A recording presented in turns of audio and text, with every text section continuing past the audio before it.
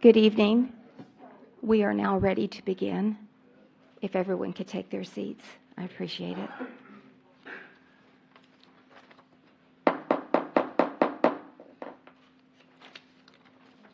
Good evening. Today is Tuesday, August 14th, 2019. It's approximately 7:15 in the evening, and I will call the 312 hearing continuation to order. We do have a quorum present. Before we begin, just a couple of announcements. It has nothing to do with the 312 hearing. This is something that Sandra would like me to share. The videos that we've been of the meetings are being merged. This is August 8th and August 9th and August 13th and August 14th. And this week's will probably be ready this weekend. Is that what you understand, Ms. Pasale? We have the company that are doing this. They're working on the 8th and 9th, merging those right now. Those should be hopefully up tomorrow. Okay. And then they'll do tonight and last night.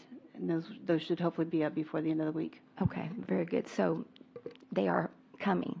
If they're not there right now, they will be there in the next day or so. Ms. Pasale also has been contacted by the city manager, who has said that she has no rebuttal tonight, so she will not be called.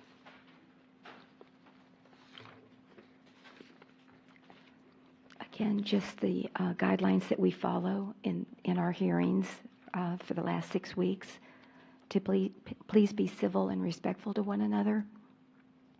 If you need to talk, please go outside in the foyer, and please let's not be disruptive or yell out or anything like that. Our assistant chief and myself will ask you to please be removed.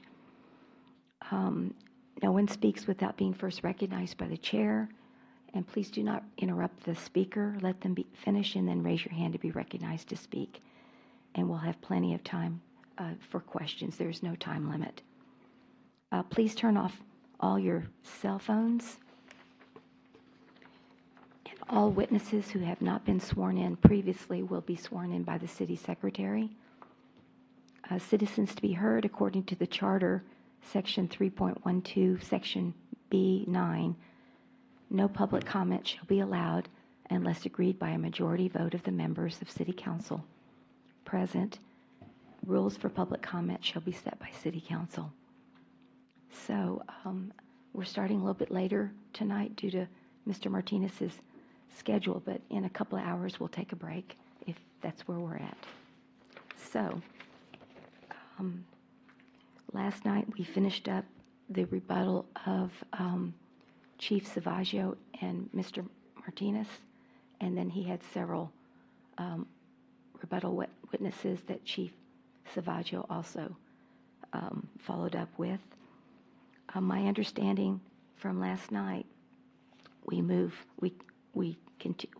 are continuing with recall of previous witnesses, and so Ms. Kinsler is now removed from the list. But I had, as per I think several people here on the dais, Benny Martinez, Crystal Caldera, Sandra's not a recall. Police officers, is this one that we've already called? Well, Mayor, I think I can shorten mine, as and probably most of us didn't sleep much of the night. Your mind goes swirling, and I said the people I was going to call can add nothing more than what we have previously heard. Okay. And so I don't intend to call anybody as a rebuttal witness. Oh, okay. And David Edwards, I think I know he's on his way back from Del Rio, is what he said. And Catherine Rodriguez, was that somebody that had asked for that as well?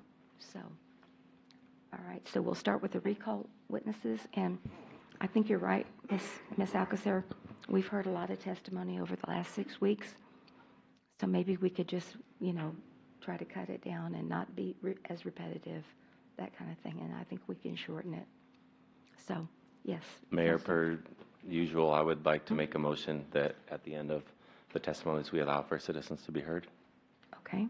We have a motion by Mr. Bradshaw to allow citizens to be heard. Do we have a second? Okay, Mr. Bradshaw, that motion does die for lack of a second. Oops, excuse me. All right. So, who is the next recall witness then? I've got a list, but I'm not sure who's here. I know Mr. Edwards is on his way. He's not here yet. I had mentioned that I wanted to recall Mr. Martinez, Okay. and I just do have just a few questions for him, if you would. Okay. Mr. Martinez, just a reminder that you have been previously sworn in and are still under oath.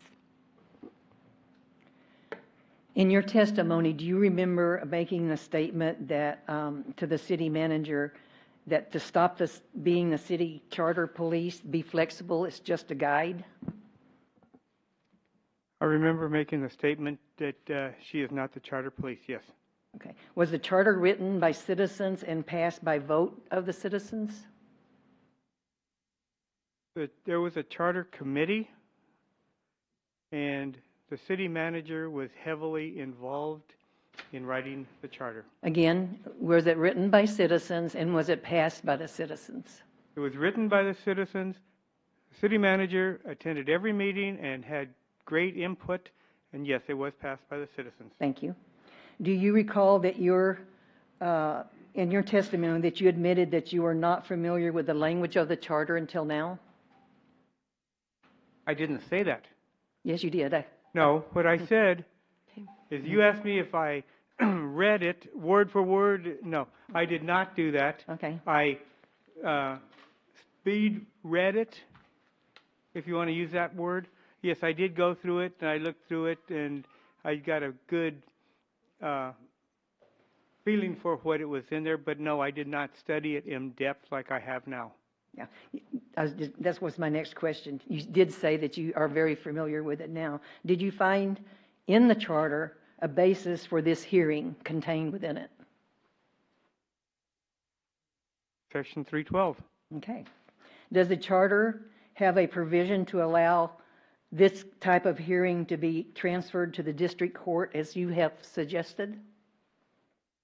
It's not spelled out in the charter, no, but you being biased and Councilor Alcazar being so biased, and we have a city attorney or investigative attorney, as he calls himself. Mr. Martinez, just the answer to the question, please. I am answering it. If you let me finish answering my question. No, does it have a provision to transfer to the district court, period? No. Thank you. Does the charter have a provision to allow this type of allegation to be settled by recall, as your witness, Sarah Smart, suggested? That would be the logical thing to do, but Does no. it allow for that, for this type of hearing, for these type of allegations? Not specifically mentioned in the 312 procedure. Thank you. No. Thank you. That's all I have. Okay. Ms. Alcacer. I have no questions. I have no questions at this time, Mayor. Thank you, Mr. Martinez. All right. And who's next on the list? You had asked for Crystal Caldera. I said, Mayor, as I said, I don't intend Oh, to you don't call wanna call any any of your rebuttal witnesses. witnesses. Okay. Thank you. All right. There's- Well, well, never mind. It doesn't matter. I think. Mayor, if you'll turn off your phone, please. You know, I needed to get Mr. Edwards here. No, we don't have an obligation to Mr. Edwards. We've Well, he already asked. given Yeah. Mr. So- Councilor Martinez. Mayor, I'd like to recall Catherine Rodriguez. Okay.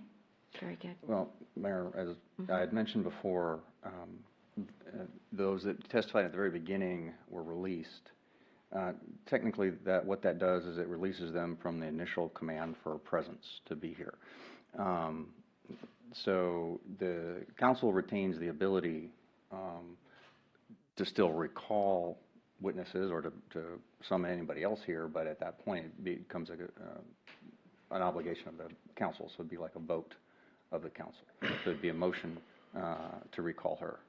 Even though she'd been previously released, you can recall her with a motion. Yeah. I don't remember releasing the witnesses. I think from myself, I thought it was just for that night so they could go home. I didn't know it was from the whole proceeding. That was my understanding. So maybe somebody else had that I'd understanding. like to recall Catherine Rodriguez based on evidence that was presented by Mr. Martinez during his testimony. Okay. Is that a motion? No, it is not a motion. Per the 312 charter, it says any member of the council can recall a witness at any time with a stated purpose. Doesn't say for a vote. I believe that's the ordinance you're referencing. not The charter. 312 ordinance, Yeah, the correct? 312 ordinance. Correct. Yeah, it says you can, any members of the city council can recall a witness with a stated purpose. But once you've already released them, then, they're released. If you look at it from like I understand that this team does not want me to recall Dr. Rodriguez, but that is not what the charter or what the procedure states. The 312 procedure states, the members of the city council who may deliberate and vote at the 312 hearing may recall any witness one time by stating the relevant reason for the recall, or inquire of any person or compel the production of any documents or evidence they determine are necessary to investigate. It doesn't say by vote. It doesn't say after they've been released. It doesn't say anything like that. No, I agree that it doesn't Following say the that, procedure. But I mean, my legal advice is that once they're released from the command. You still have the ability to recall them by vote. I disagree with your legal advice. But I would like to call her. It doesn't address release in the No, the protocols the either. ordinance does not address release. That is correct. And it also doesn't address, It doesn't address rebuttal. It Yeah, doesn't address exactly. counter-rebuttal. So It we have doesn't lots address a of lot of holes different other in things this. Yeah, that you kind of, yeah. you deal with as they come up, and you kind of have to rely on sets of procedures and statutory construction and stuff along those lines. So,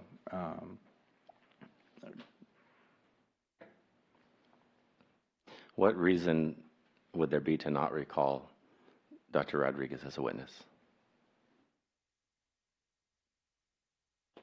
I'm sorry, I didn't hear the reason you were going to recall her. The reason I want to recall her is because there was evidence presented by Mr. Martinez during his testimony that I did not see before she gave her testimony. I would like to ask her about this. Something new or different? It was something that he presented during his presentation. Different from what you've asked before or related to what you've asked before? It's different from what I've asked before.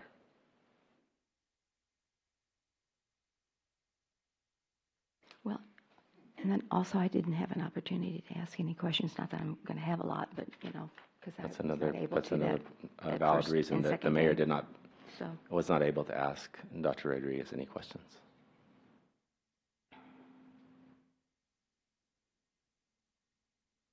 I mean, are we trying to get to the truth? Are we trying to paint one side of the picture?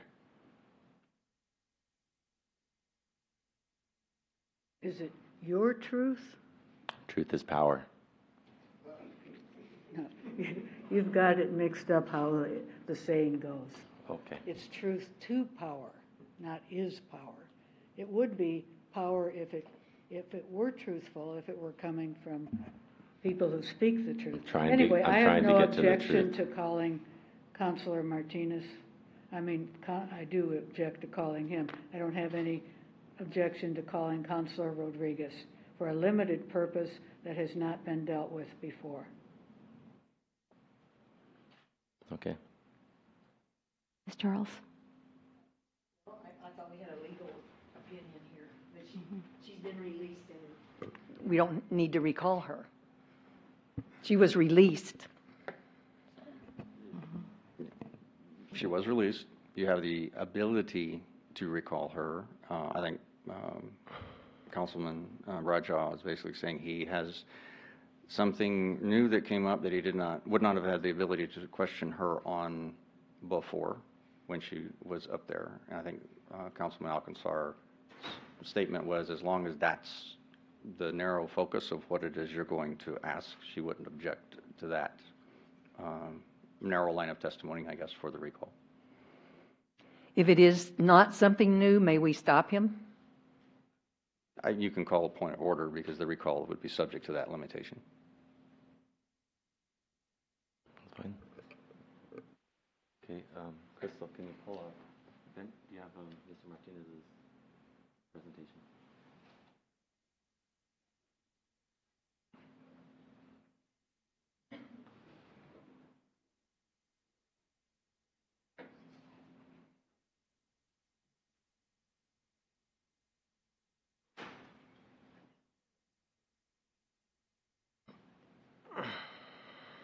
Okay. Thank you, Ms. Rodriguez. Just a reminder that you're still under oath. Thank you.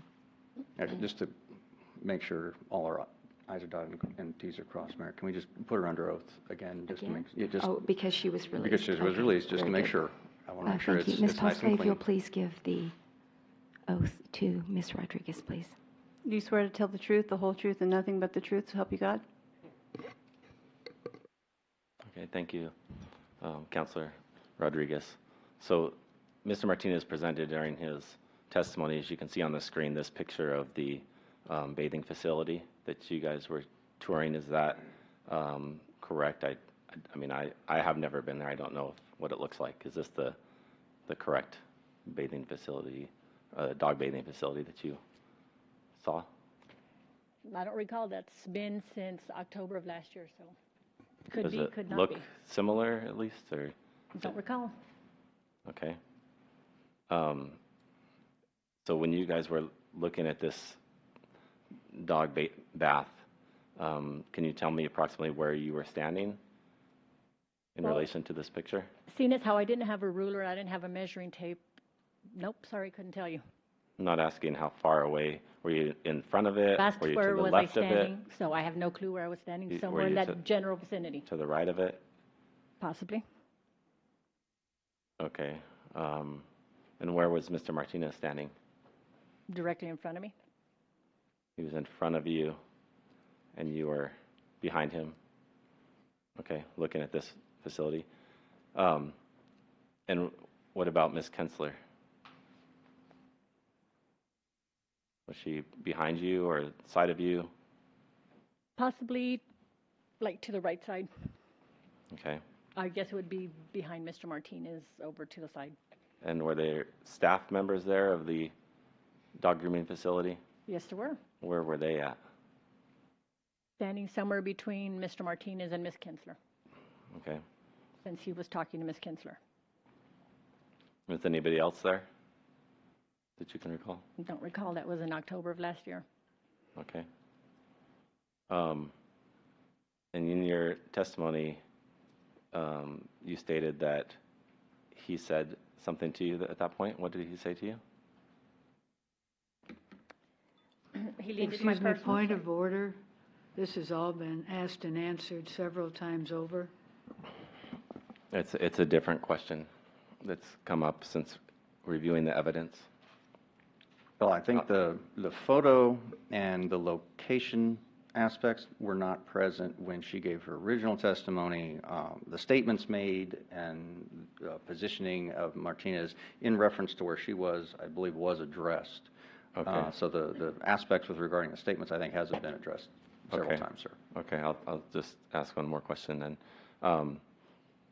When did it change? When did your testimony change from Mr. Martinez asking, "Do you want to take a bath?" to "Do you want to take a bath with me?" No, I quite recall saying that he told me, did I want to take a bath with him? That's what he said. Yes. Okay, but that wasn't in your complaint, your original complaint, and that wasn't in your interview with Mr. Henry. Is that correct?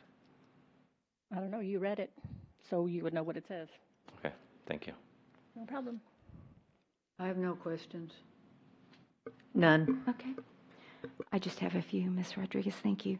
After the election, did we meet for breakfast? Yes, we did. Okay, to discuss the city's goals and visions. Okay. And then I guess I just wanted to get it clear in my mind. When and who did you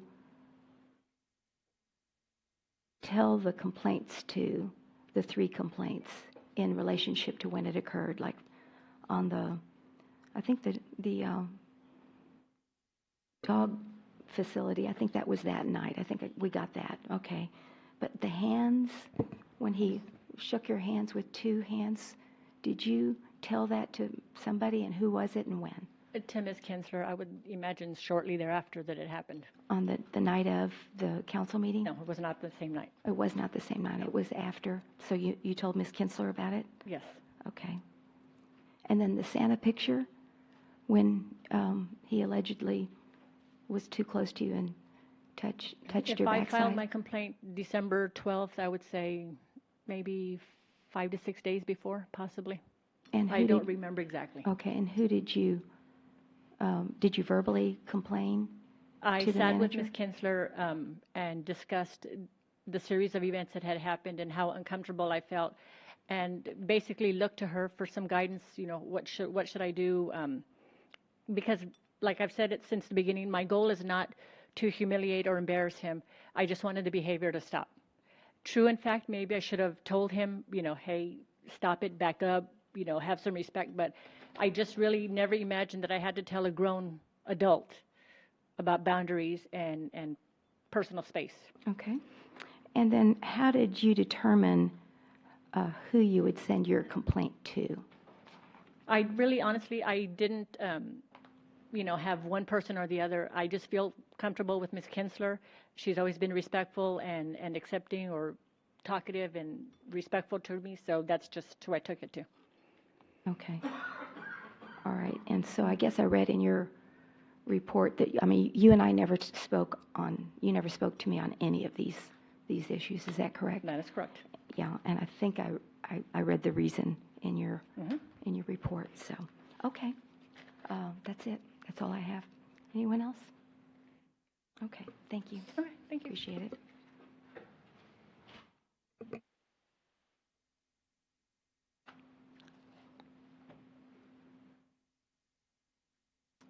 Okay, so the one that I know is coming is this person.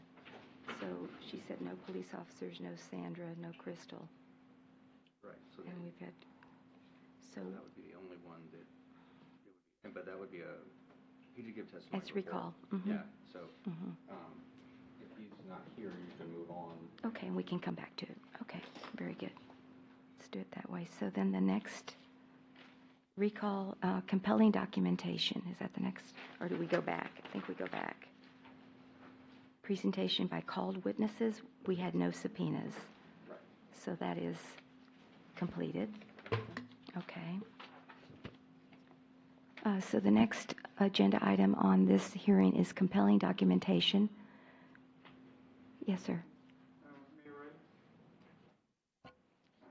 Can I make a response to what you just said? Oh, you do get a rebuttal to that. Yes, sir. My apologies. I'm still learning the system here. Thank you. Go ahead.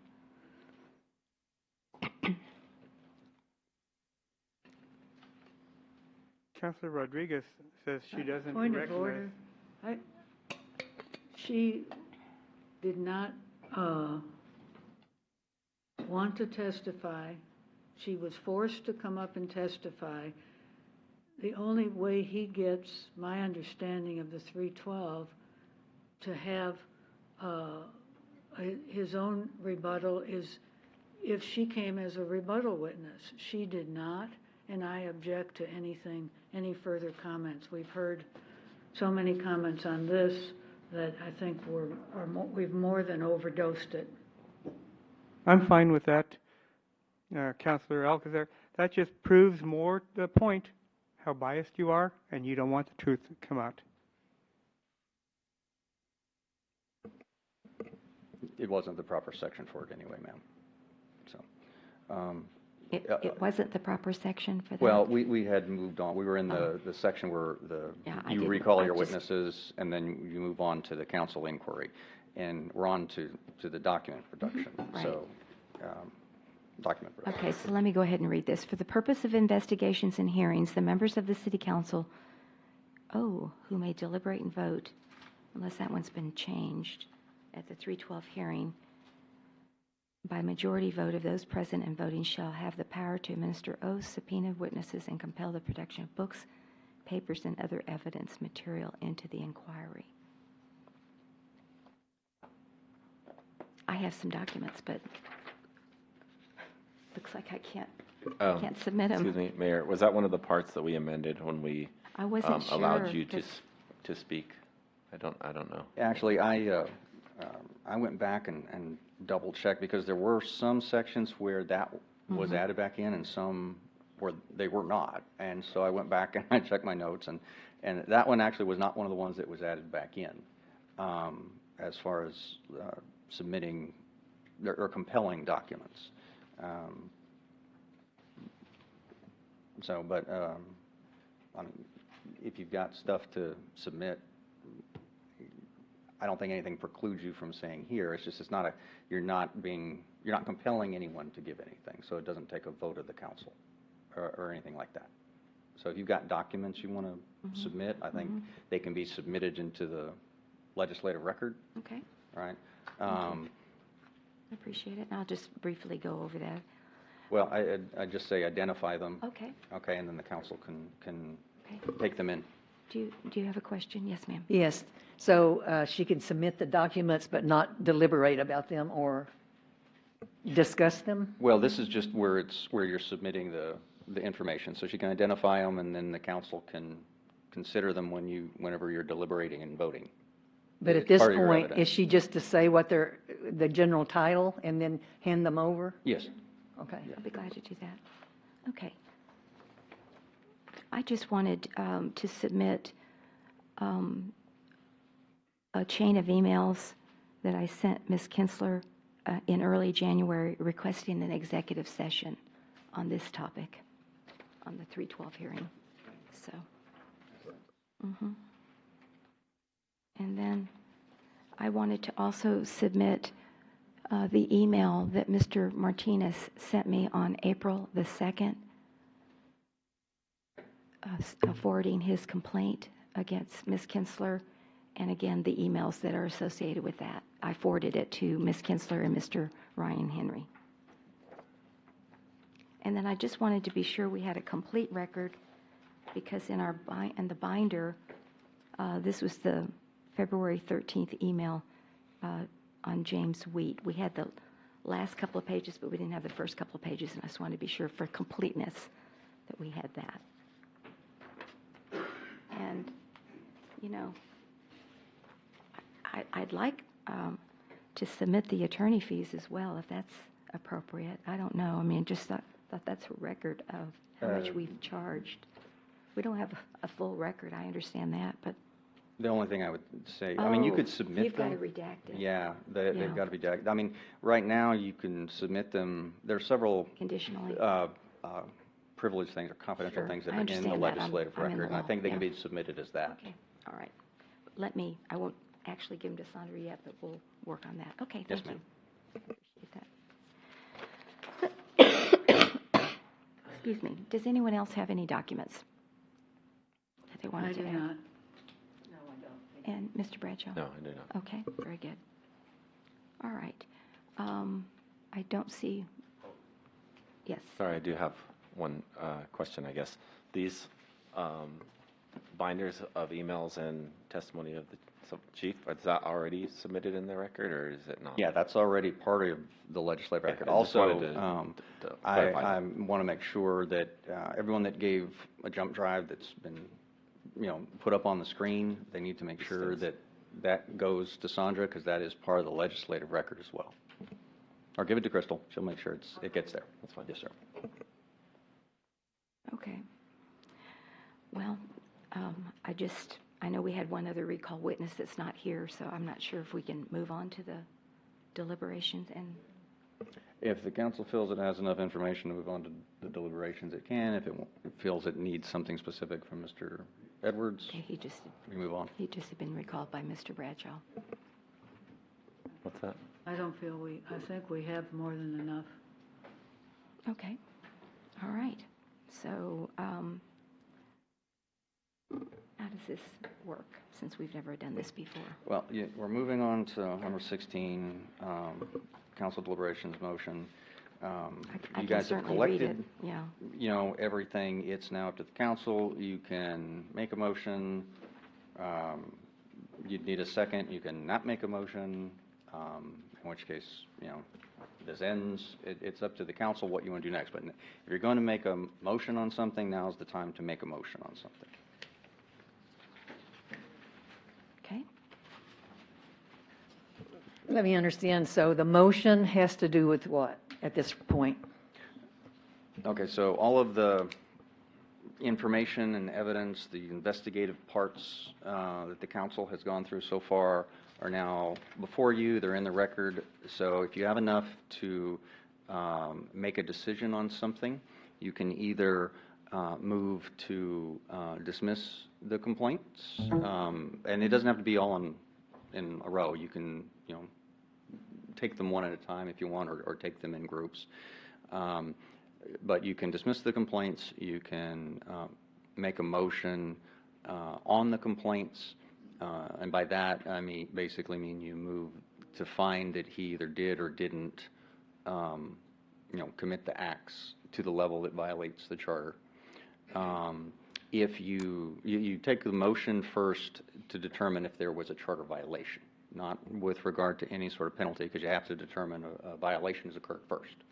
So you determine if a violation has occurred, and if you determine no violations occurred, then you move on from that. If you determine a violation has occurred, then you need to decide what kind of penalty, if any, would be involved. And so that's a second motion that you would make.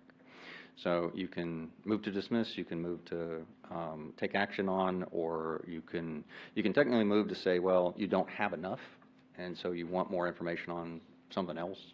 Or you could technically say, well, do we have enough information on this? But if you make a motion, let's say you make a motion to take action on something, and during deliberation, you all kind of come to a consensus, well, maybe we don't have enough. You can always back up and go get more. But for the most part, it's either dismiss them or act on them. That's kind of where we're at right now. So it would be a motion rather than a move if you wanted to consider a list of violations? Would that be a move, a list of violations to be deliberated on? Would that be a move or a motion? Technically, what you would do is you would motion that you deliberate on the merits of, and then you list whichever particular set or category or complaints that you want to, deliberate on. And the deliberation would be on whether or not he did or did not Point of violate the charter. clarification, Mr. Henry. Yeah. I think she's simply asking, do I say I motion or I move? If you say I move, it is a motion. So you're making a motion. When you make it, you say I move. Okay. I also had a question. Yes, ma'am. Do we take, is it each allegation one by one by one by one? There's That three is of them. one way you can do it. Okay. You can also do it in groups, in clumps.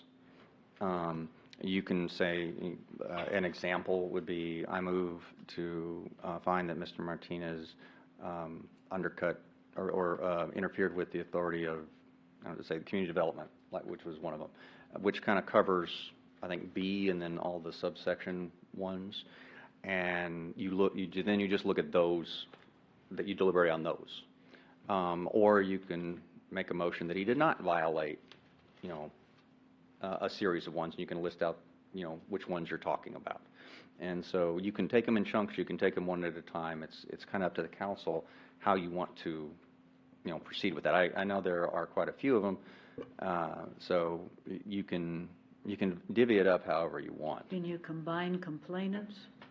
Yeah, you can combine complainants. You can, the charges are basically, they're set out in the list, but the 312 hearing was based off of the motion that he interfered with or gave orders to, and then you listed the departments and you listed the city manager. So you can actually look at them in those types of chunks as well. I would like to make a motion that we take all evidence, documentation, testimony about this hearing to an unbiased independent arbitrator to review and decide on any actions. Actually, I don't think that the charter says this council is the sole judge of the qualifications of its members. So I'm not quite sure that's a proper motion, but if they want to second it, we can address it then. Okay, well, we'll go ahead and say that you have this motion to move this to a independent arbitrator for disposition. And is there a second? Okay, it dies for a lack of a second, but we'll just put that on the record. Okay. I move that we find Councilor Member Martinez violated the following: 303C, 308B1, 309C and D of the City Charter by engaging in the listed actions in regards to the Community Development Office and Zoning and Planning Director Milan. Intervened in zoning dispute, permitting an SUP process involving Bobby Anderson, property manager and potential business owner George Morehouse, publicly accusing Milan of not providing information on the first visit with this group about what is required, not doing his job, and undermining his authority to perform his job and giving directions without going through the city manager. Directing the staff to be business friendly. Undercutting Milan's authority in public, disrupting the community development department at an operational level, and outside the city council as a body individually insisted that the mailing for the zoning issue not only be expanded but counted, and that Milan create matrix documents which did not exist in city records without going through the city manager and in the zoning issue of the St. John's Church property, and by listed actions in regards to the city attorney, Denise Frederick, arguing law, questioning her legal opinion while on the dais, which undermines her authority as well as that of the city manager. Interfered with, gave orders to, or undermined the authority of Ms. Frederick without going through the city manager in relation to the public right-of-way definitions and the RLUIPA, which has to do with religious zoning issues. Hostile toward her in public and in private, which interferes with her ability to provide optimum services to the citizens and employees of the city. And by listed actions involving officers Azar and Breton and Chief Police Department, interjecting himself into disrupting police procedures, giving directions, misrepresenting facts in regards to a citation and towing issue, an open investigation involving the zoning chair, Olin Yarnell, and the Pilgrim Cleaners, and the citizens' complaint against the Tribbles, who placed a shed in the setback of the property and a foot or so into the alley. Giving directions and berating police officers Azar and Breton, who were wandering prior to city council meetings, threatening to have the chief's job and that of the city manager. Giving directions to the police and city manager that they should have compassion and grant exemptions allowing convicted sex offenders to utilize parks. Giving directions to the police regarding sign ordinances and their public right-of-way regarding the placement of signs. And listed actions involving the city manager, Kelly Kinsler, inflammatory remarks about her drumming up charges against Martinez and publicly ridiculing her for accepting complaints from employees, undercutting her authority. Up on more than 11 occasions, Martinez gave directions to staff without going through the city manager, undercutting her authority. Given directions to staff, contacting vendors and intervening with the library cabling project and upgrading the conference center and council chambers without going through the city manager. Sending email as if it were from him directing her to offer Andy Garcia more money to keep him.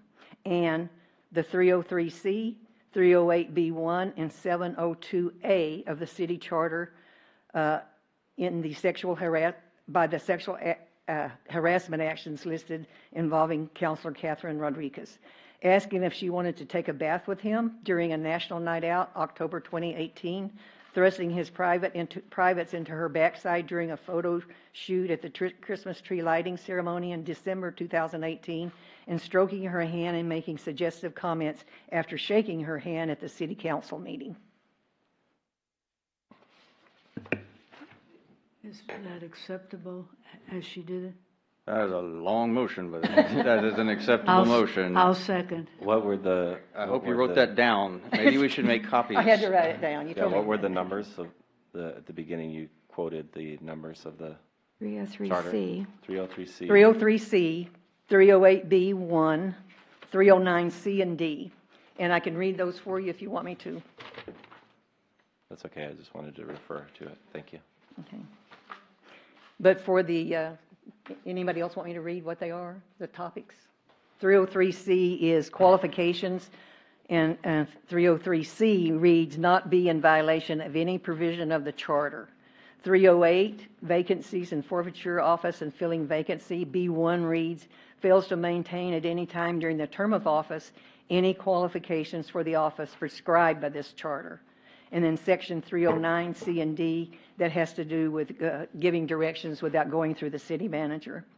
And 702 reads, no person shall be appointed to or removed from or in any way favored or discriminated against with respect to any city position or appointed city administrative office because of race, national origin, sex, political or religious opinions or affiliations. You have a motion and a second on the table, Mayor. Right, we have discussion. Mr. Bradshaw, do you have any comments on that motion or? Mayor, might I suggest we ask one of the staff to politely make us all a copy so we can have that list in front of us as it's deliberated on. It might be more efficient. And if I may have a copy of the charter again, I have, Oh, wait, wait a minute, hang I on. have all marked up. I'll give you my. Do you have a new charter. copy?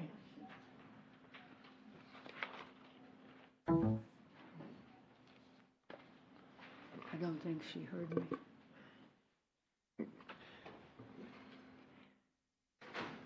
Let me just ask, how to follow this up is to go back and maybe address each of the charges in a group, like 308 charges or 309 C and B, or by department.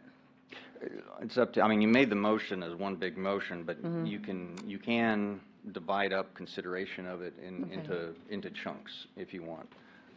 Whatever you think is going to be the most efficient, but that's actually one reason I wanted to see the way you had written it down, because I think the way that you read it, I wasn't able to keep up with. It was lengthy. But listening to it, it made logical sense the way it was organized, and so it might be more efficient and time-saving if we just took them in the way that you had them. Well, I'd be presented. happy to start that, but of course, everybody else has their input, so. Yes, ma'am. Do you have a copy of your motion by chance? She's Is that what making it. she's making? Okay, thank you. Well, just right off the top of my head, the 308, I thought had a provision for 60 days. And I thought we were past the 60 days from March 15th. I think that only applies to forfeiture, Mayor. 308B1 that I referenced, and that has to do not violating any provisions of the charter. Well, B1 is fails to maintain at any time the term of office, any qualifications for the office prescribed by this charter or by law. That's what number 1 is. Is that what you wanted? Okay. No, B, excuse me. Oh, the whole thing. Because what does 303C say? 303C? It's got 1, 2, 3, and 4 subsections under that. 303C. But you said 303B1. I thought you said. No, I said, what does 303C? 308 is Now that B1, she took it away from 308 is me. B1, 303 is C. Yeah. Right. 303C says not in violation of any provision of this charter. Yeah. And then 308B1 says fails to maintain at any time during the term of office any qualification for the office prescribed by this charter or by law. Thank you. And I didn't think you heard me, but I need a copy of the charter because mine is all, please.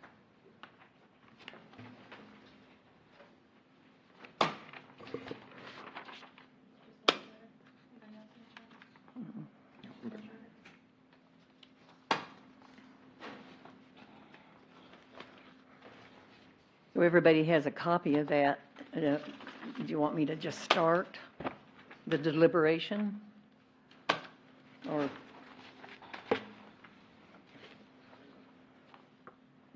It's your motion. the first one has to do with the Planning and Zoning Director, Milan. And I said that he had intervened in the zoning dispute involving Bobby Anderson and George Morehouse. And so I believe that's one that Councilor Alcacer, she said she had attended a meeting regarding that issue. And also there was a meeting that subsequently Mr. Ontu had served as a witness about his condescending, belittling, and hostile behavior.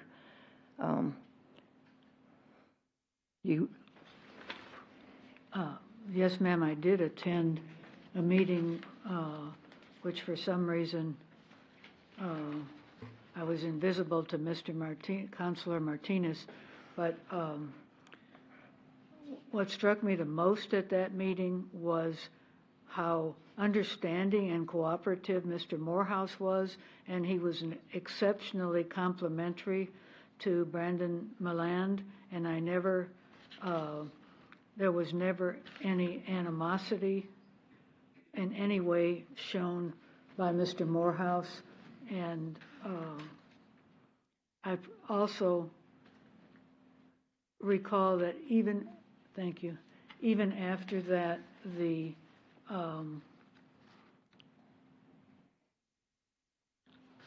Mr. Councilor Martinez tried to get us an open council meeting to grant him a temporary permit, even though he fully knew that this was not something that was acceptable, and but he pushed it to be, give him a chance to open, even though he didn't have a proper certificate of occupancy and had already been advised of what to do.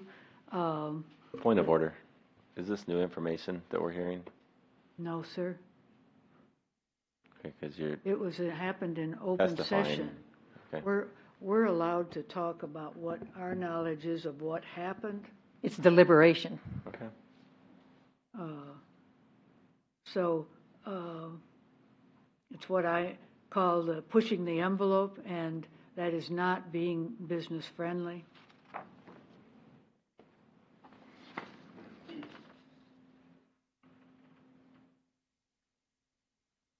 And it fits into the undercutting Milan's authority in public.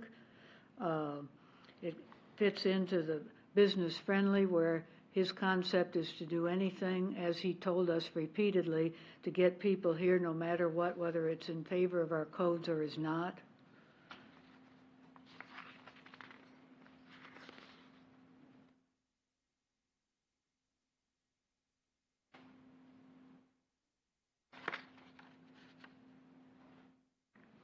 Councilor Bradshaw, do you have anything on that subject? I wanted to know where in the city charter it says intervened is a violation of the city charter. It's giving directions. Can you show me where he gave directions? We should not make the aquarium comply. We should give them a certificate of occupancy. Okay, you're saying we should. Yeah. That sounds not like you have to, we must. But you know the difference between should and must? I know the difference between, if I were your boss and I said, move the furniture, close the door, turn off the music, would those be orders? Does Mr. Milan understand that he doesn't report to Mr. Martinez? No, I ask you a question. Do you understand that those things that I just said would be orders? I'm sorry, what did you say again? Close the door, turn off the music, be quiet. Well, if you said I should close the door, I should turn off the music. No, I just said I turn. could ignore that. No, if I were your boss and I said that, the should and will are implied. I don't have to say you will sit down, will shut the door. What you read Mr. Martinez saying is should, we should do this, we should do that, right? He didn't say you will Well, do let's that. back up and talk about that then. Do you believe that as Mr. Milan, as an employee of the city, and Mr. Martinez a counselor who has authority to either dismiss his boss or It- hire He his has, boss? he has zero authority to do any of those things. He's a council member. He has zero That's what we authority. do. He has zero authority to fire the city manager. He has zero authority to fire the zoning director. He cannot do any of those things on his own. I know that not on his own, but I'm saying if you were an employee and you were given directions by a city official, Mr. Martinez, would you not think that you should comply? And- Would that not add some confusion to? And did he comply to all those things? He probably didn't to all of them. Okay. But I He think- didn't, he didn't comply to most of them, from what I understand. The SUP, the giving, the zoning issue where he asked for expanding notification, he did not provide that. If it was your boss, take your example, and your boss is saying, you should do this, and it's a demand, I would do it. That's what I would do. But that, I think you just proved the point that he didn't do those things, so he's obviously He not probably afraid sought of the his advice job. of someone else, but As he should. it does not belie the fact that he gave the direction. Should. May I enter the fray? You just said that if my boss said should, I would do it. You just proved the point, and so I don't think you're playing Right, semantic you're with right, you're right, words. I did say that. If it was my boss, and they said I should do it, then I did it, I would do it. So The given- the point is that Mr. Milan did not do it, and Mr. Martinez is not his boss. The point, That it is the point. doesn't require him to have done it. It doesn't require for it to be accomplished, for it to negate what Counselor Martinez did. Okay. He is, We're gonna have to disagree on that part. I don't think I mean, saying should is compelling people to do something. then watch your language, please. Is that a demand? I agree with you, Mr. Bradshaw. It's just, again, I think we talked about interpretation, so, Where in the charter does it say undermining authority is a prohibition? 309, C and D. Giving directions and undermining her authority. I don't see undermining anywhere in the charter. Do you have the other definitions from Merriam-Webster and not from Google? You will see.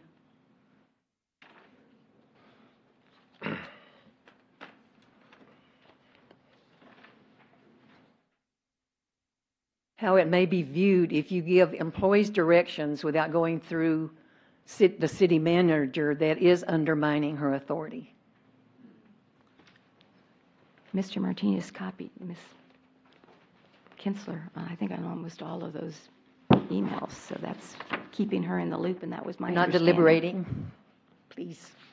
I'm not deliberating. Believe we said the mayor could deliberate. Isn't that part of it? No. It's only those who can deliberate and Well, vote. you said I could have some statements, but I don't, I've been shut out most of the Is that correct? most Mr. of the Henry? let me look this up. process. But you said, oh, Mayor, this is when you can speak. Cannot vote. I can't vote. I understand that, but anyway. Go ahead. It doesn't matter. I mean, we already know what the outcome's going to be anyway. It's pretty obvious. Is that a biased statement, Mayor? Yes. You're biased, and I would love to read my statement. Ms. Charles, did Anyway. you write all of this yourself? I did. After looking at all the testimony, I did. Wow.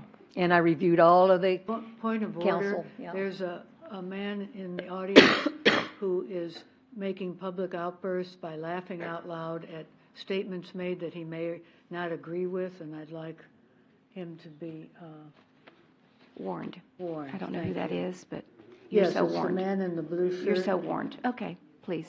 Thank you. Thank you. so that's all for, is that all that you have for Milan? Undercutting his authority. Where is that in the charter? Yeah, I can't speak.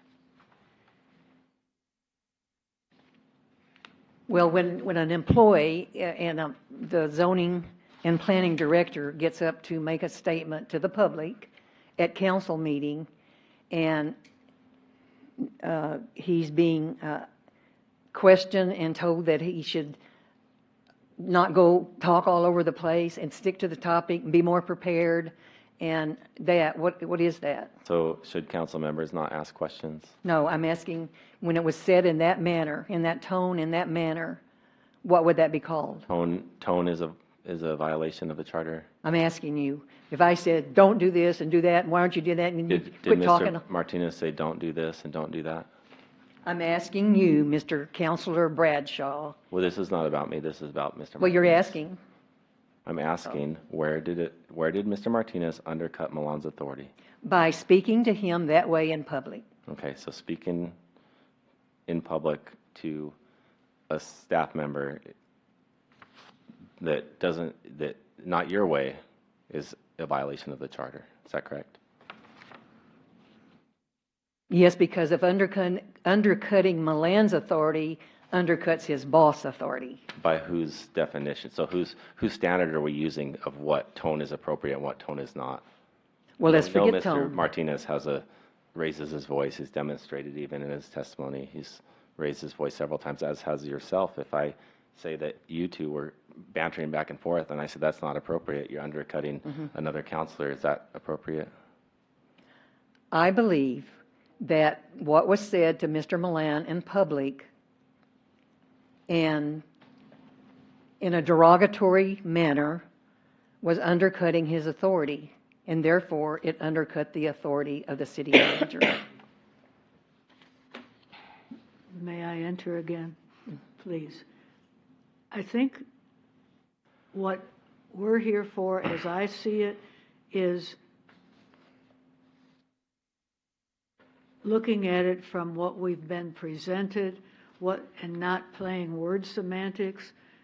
It's whether the person who heard this, how they took it, how they interpreted what was said. This is what we heard for days and have battled back and forth for days about. And now you're again playing semantics with words, but the question is, how did they feel? How was this done? You have a problem? Somebody just coughed. I think somebody just will you coughed. please ask the members in the chambers to stop reacting either positively or negatively to what's being said? Okay. It's being very Okay, overt. if you can just keep a straight face, please. Yeah, right, just keep a straight face and don't react. I know it's hard. So It it's really not, is. let me understand what you just said. It's not what they say, it's not, words don't matter, semantics don't matter, it's how whoever received the message feels. That's what you said. It's what we heard from what people felt when they were told things, approached, and many of these things, that's part of the missing pieces that you and Miss Charles don't have. I was here through all the years that this happened when I'd tried to stop him from arguing with Miss Frederick. He would say, "Be quiet, you're not my mother, you can't tell me what to do." Now, how do you interpret that? You interpret it just like it says he has a problem with dealing with things that he can't control. I have an interesting thing that I'd like to, if you'll indulge me for a minute. There was a whole lot of law quoted back and forth as to whose interpretation was whose, and there was an interesting thing that came out in a recent article in the Bar Association and our local bar, and they were talking about this type of thing, and they said our own U.S. Fifth Circuit Court of Appeals has also indulged in a fondness for Dr. Seuss.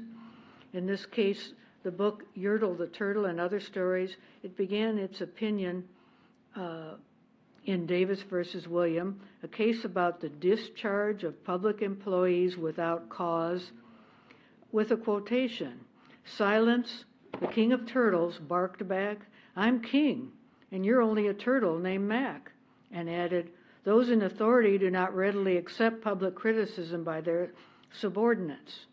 They are particularly sensitive when employee censure brings their governance into public dispute.'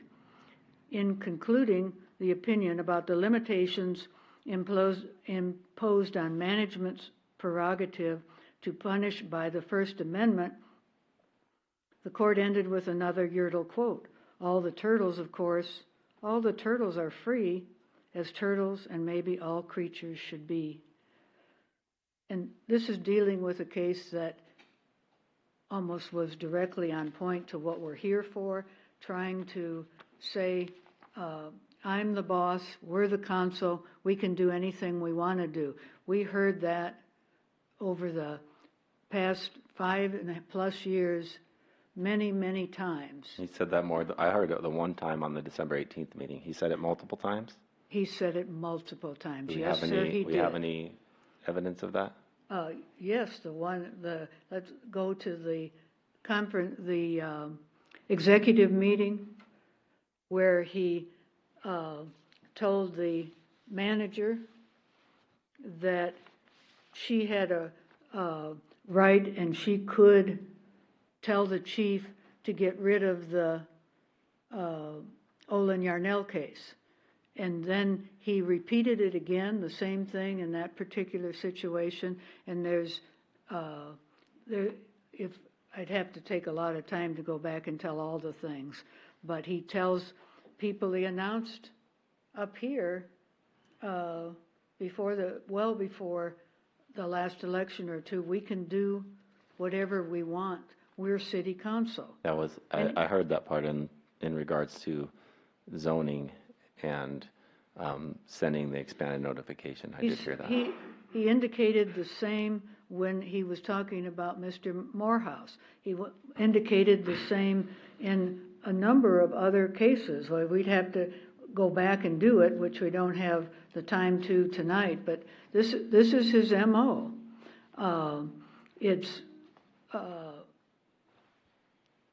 I'd like to see, and that's what I guess I was looking for all the time, not a fact that I ever walked with Councilor Rodriguez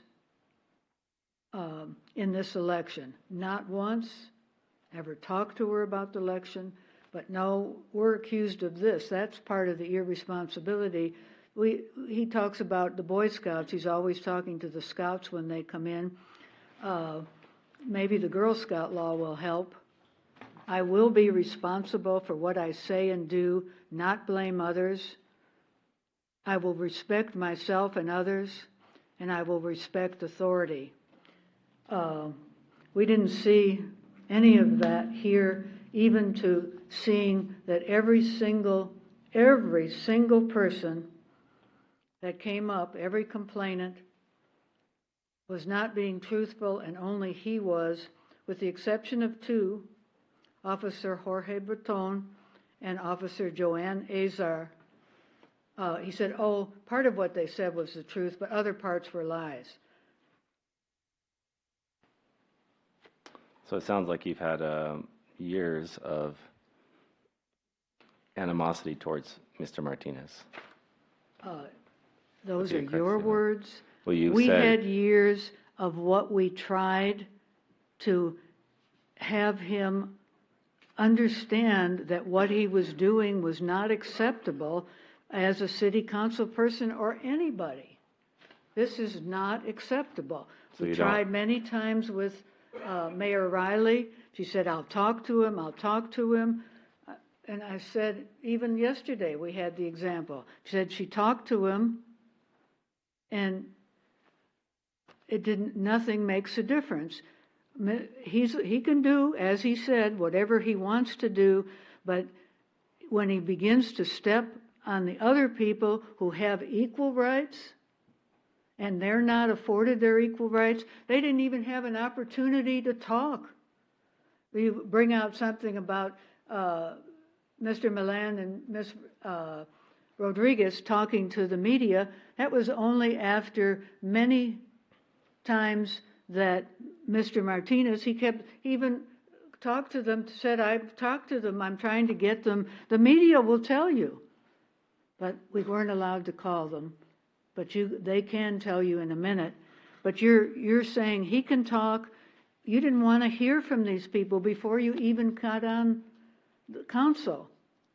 You came up and declared it was all a hoax. That's not what I said. You didn't know me from Adam. I said, I did, and I have the quote, and it's on the drive. I said that I find it disturbing, or I don't know exactly the word, but I said that people would make up these allegations. And I said that because I had special knowledge of somebody told me a plan to get Benny Martinez. That's all that I was referring to, and I made that clear during my questioning.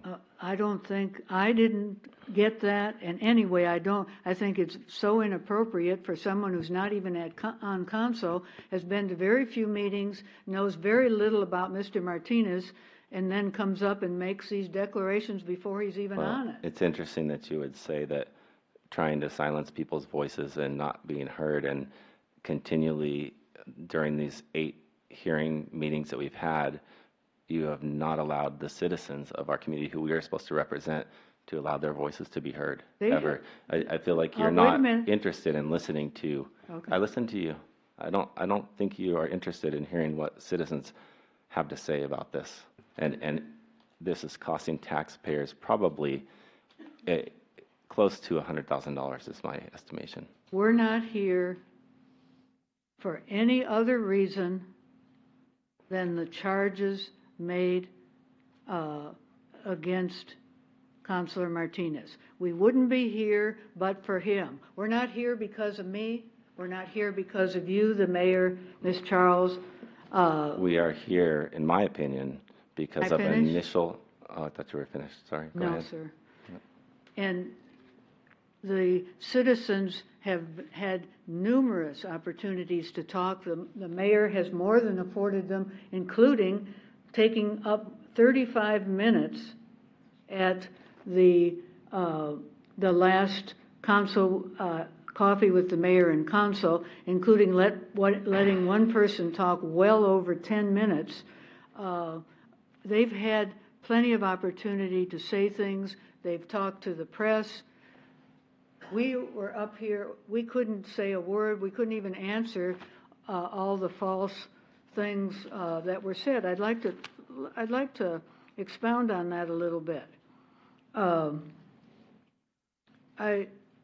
Early on in these meetings, I received something from the constituents. Everybody in Leon Valley is our constituents. They're all ours. They don't belong to Councilor Martinez or the mayor or you or me. They're all the same people, are all our constituents. One of them wrote to me shortly, either on the first or second meeting, that he won't vote for me or anyone that I ever support in the future because at some point during the meeting, I referred to the mayor as she. Then I constantly get finger shaking, head shaking out from the audience, even as we're doing now. We had one constituent make a childish face. They call it, I do it, except it's on the video. It's called Nana Nana Boo Boo is what they call it, or Nana Nana Boo Boo. I go by Nana, so I use Nana Nana Boo Boo. But it's basically sticking your fingers in your ear. Are you recording?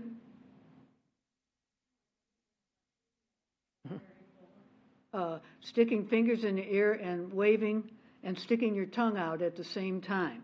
Now, how do you think that's doing? And then comes up to the dais and says to Mr. Henry, the mayor, and myself were together talking, you're certified, you're certified, you're certified. And I have am able to say that and make that determination because I have the education and training.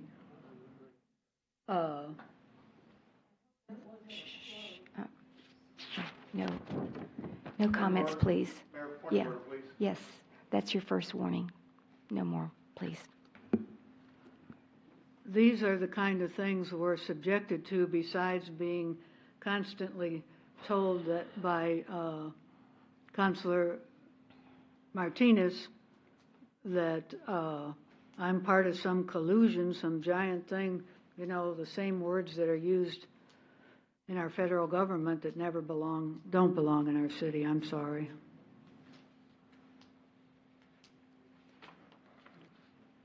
So, do we have any other? Excuse me, I think Mr. Bradshaw was waiting that's for okay. her to Ms. finish, Charles and then can he was. start. That's I just wondered if we have any more issues in the Milan area. Let me review it for just 1 second.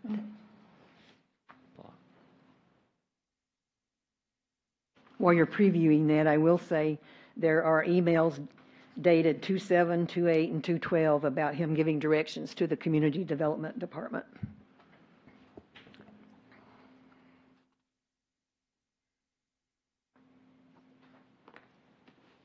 Well, what were those dates again, Mr. Ross? 2/7, 2/8, and 2/12.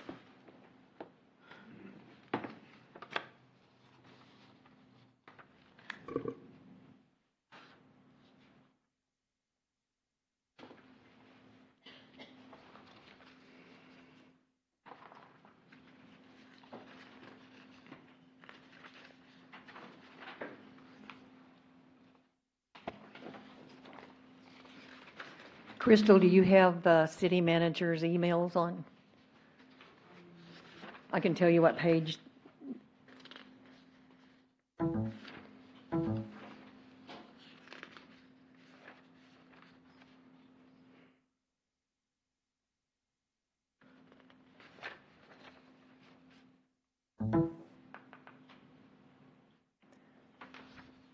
I believe it was part one. If there's 147 emails on that part one.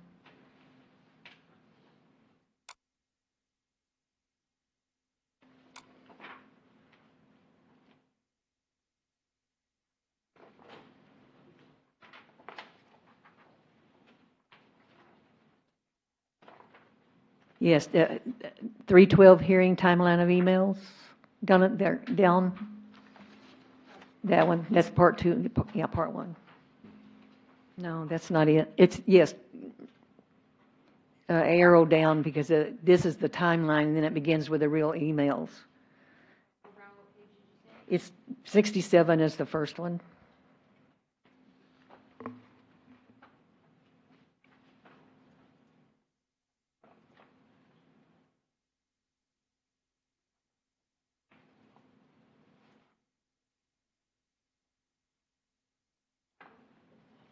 Yes.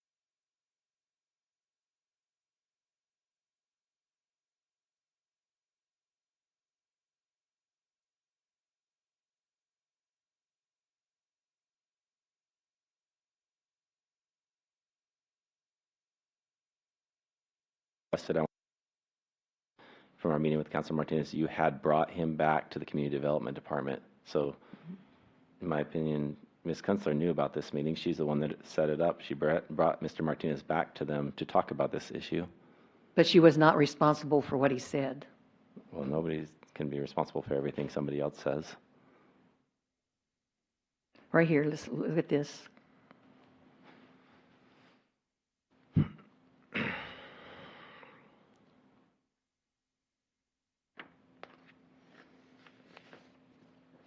By your admission below, you clearly weren't giving instructions to staff on how they should do their jobs. So scroll up a little bit. Was this email from, no, up to the top? Who was the email from? It's from Kelly? Yeah, from Kelly to Mr. After that meeting? Okay. Oh.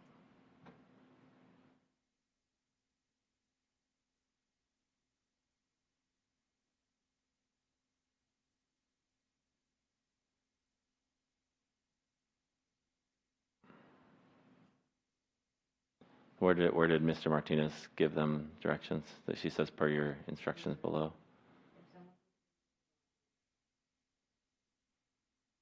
I mentioned, is that his words? That we need to portray a business-friendly environment? Okay, thank you.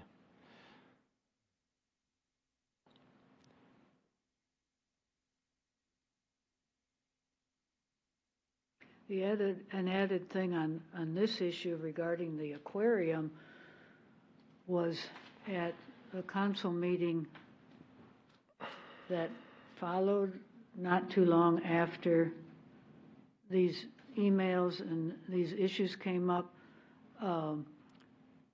There was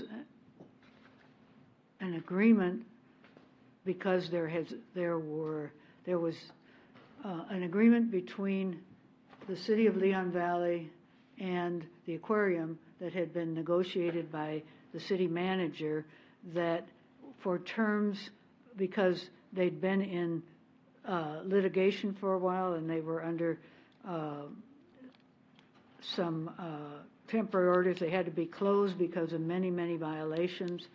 And there was an agreement reached, and it was brought to council for us to ratify the agreement. And Ms. Covino was in the chambers at the time, and she presented that she was in accord with what was being done.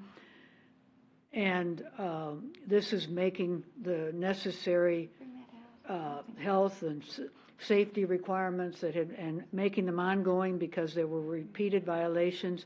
She agreed to have the parking lot change, the shrubbery and things like this, and we were about to ratify the agreement when Councilor Martinez says, but she doesn't need to do that. She doesn't really need to do that because they should be grandfathered in. This business, we approved this before, and he starts waving his hands, and we approved this before, and they should be grandfathered in, and they shouldn't have to put these bushes and the things that they'd already agreed to. Now, is that not undermining and undercutting the authority of the manager and those involved in this? Yes, it clearly shows that, and it was stunning. We still approved it. I don't remember his vote on it, but it was still approved by the rest of the council members. What was approved, the grandfathered part or the landscaping? Oh, no, not the grandfathered part, that the agreement that had been negotiated to help resolve part of the dispute. Okay. The So I see- grandfathering was totally wrong. We don't grandfather in things like this. That's what he thought should be done, and he constantly told us. So again, you said should be done, and here it says we should have an application, quick review of the application should be performed. Items that stick out, red flags, should be noted, and the customer should be told you need to fix things. I still maintain that should is a suggestion more than a demand. Okay, but nonetheless, if your boss told you should do this, you would do it. Again, Mr. Martinez is not the boss of Okay. the zoning department, or sorry, not the zoning department, but the Community community development. development. Thank you.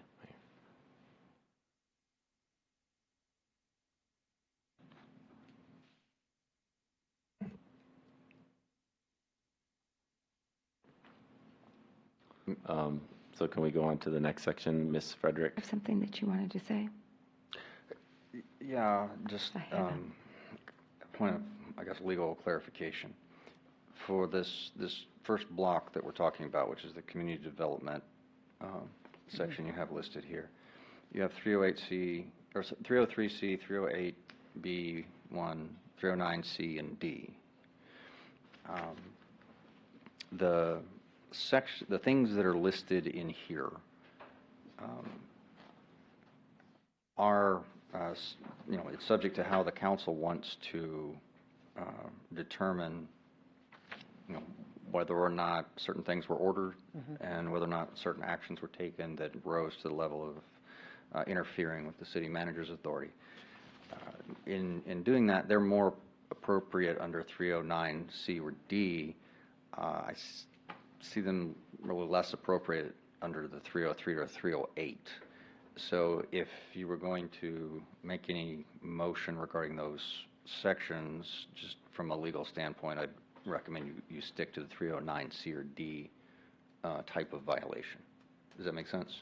Well, then as we cover each of those, should we rule on those before we go to the next, or what? You can do it any way you want. I think my suggestion for just efficiency's sake would be you rule on each block as to whether or not there's a violation first. So you figure out what violations you have, and then afterwards you determine, if any penalties, assuming violations are found, what penalties would assess for which ones, or do you want to just, kind of do it all together? But that lets you deliberate on each instead of having to go back on like a massive vote. It kind of separates it out easier, which is a long-winded way of saying, I recommend you actually vote on them individually in blocks.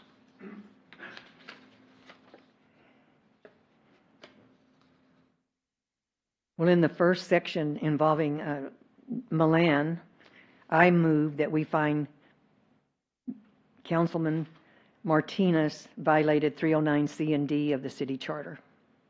I second that. Okay, we have a motion and a second to find that Mr. Martinez, yes, Can I read those sections? you sure can. Go right ahead. 309C says, except for the purpose of inquiry and investigations unless otherwise provided in this charter, the city council as a whole and its individual members shall deal with city officers and employees who are subject to the direction and supervision of the city manager solely through the city manager, and neither the city council nor its individual members shall give orders to any such officer or employee, either publicly or privately. That is C. And D says, neither the city council nor any of its members shall dictate to the city manager the appointment of any person to office or employment. No member of city council shall interfere with the city manager in the performance of the duties of that office or prevent the city manager from exercising the city manager's own judgment in the appointment of officers and employees whose appointment and supervision are reserved by this charter for the city manager. Except for the purpose of inquiry and investigations, the city council and its members shall deal with the city staff solely through the city manager, and neither the city council as a body or any individual member nor any individual not having administrative or executive functions under this charter shall give orders to any of the subordinates of the city manager, either publicly or privately. So the charge is that he gave orders and did not deal with city officers and employees through the city manager. Is that correct? I'm not trying to put words in your mouth. I'm just trying to get... Yes, that's. Okay. I disagree that should is a demand.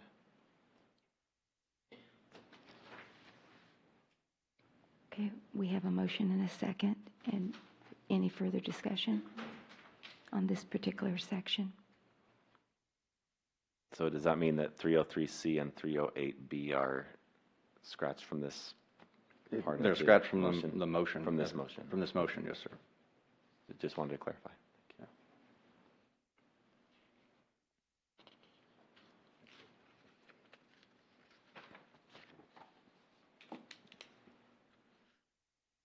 Ms. Bosley, I guess call the roll. Counselor Charles, Yes. Counselor Alcasair, Yes, and Counselor Bradshaw. you. No. Okay, 2 yeas and 1 nay.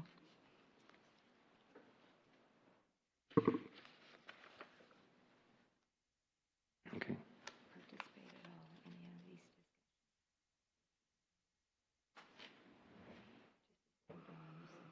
speak sometime, but I guess it's going to have to be at the end.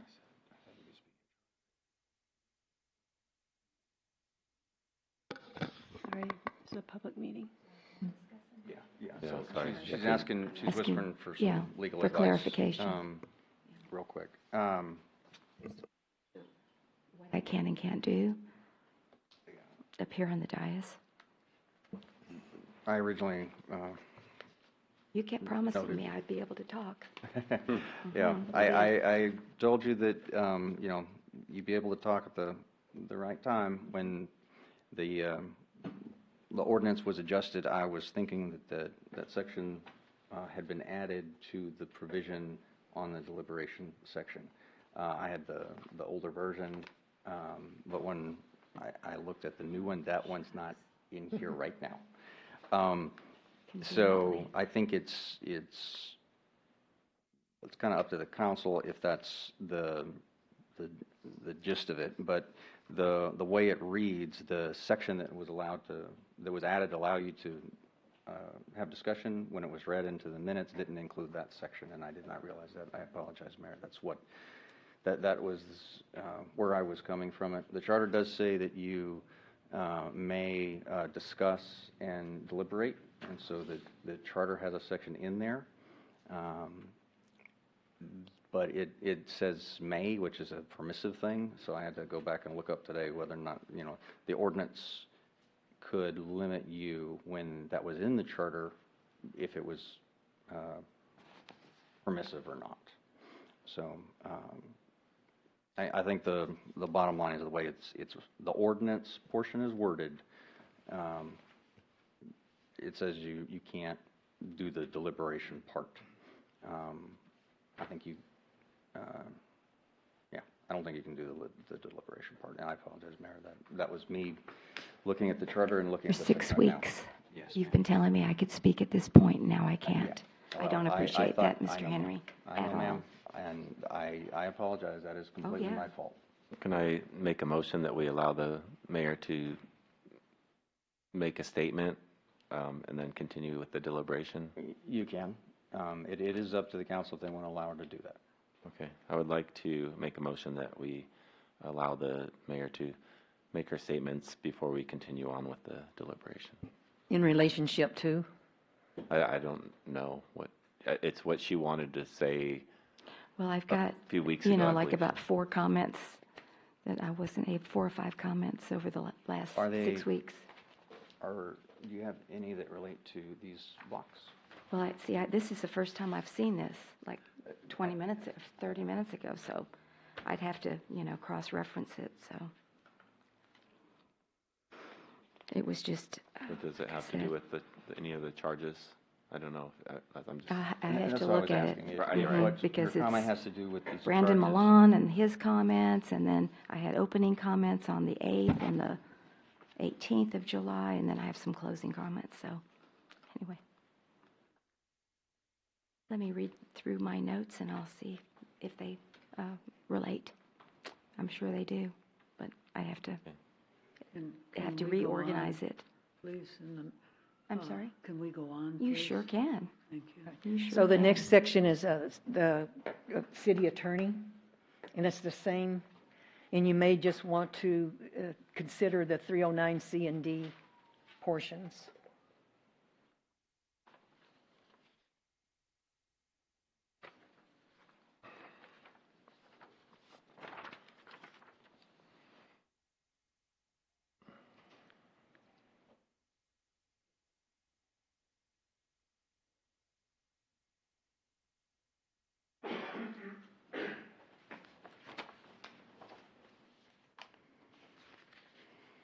So the first point says arguing law, questioning her legal opinion while on the dais, which undermines her authority, and as well as the city manager. Where in the charter does it say arguing law or questioning legal authority, legal opinion, sorry, I've misstated that, are a violation of the charter?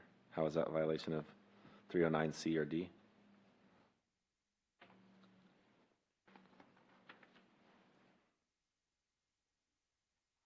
Well, he's not only questioning her legal opinion, but he's giving his own. And then that undermines her authority as well as that of the city manager. Okay, so if it was something else besides, I guess city councilors can't give their opinions. You cannot give legal advice Who did he give legal advice to? to the city attorney. Where did he do that? All right. I don't think I saw that. In her testimony, 707 in her testimony, if you look back at Denise Frederick's testimony, in her interview and testimony, in an email. Giving direction. Yeah. Oh. All of the evidence that you've been given in the testimony that you've heard throughout these hearings from both Ms. Frederick and then Mr. Martinez's rebuttal, and then the investigative report that has her interview and her charges. So I'm reading her testimony, and third paragraph says, he has gone behind my back to the Texas Municipal League for legal advice in order to try to use my legal advice against me on the dais. However, because he has no legal background to make a legal analysis or argument, he usually fails at his attempt. Is that what you're referring to? Well, yes, because that's questioning her legal authority and on the dais, Okay, so which undermines her authority. So I questioned her legal authority also my first week on, not her legal authority, I keep saying that, her legal opinion about junked vehicles. Does that mean that I'm violating the charter as well? Well, I probably wouldn't bring that up here. Does that mean I'm going to have a 312 hearing next? Excuse me. That's your first warning, Mr.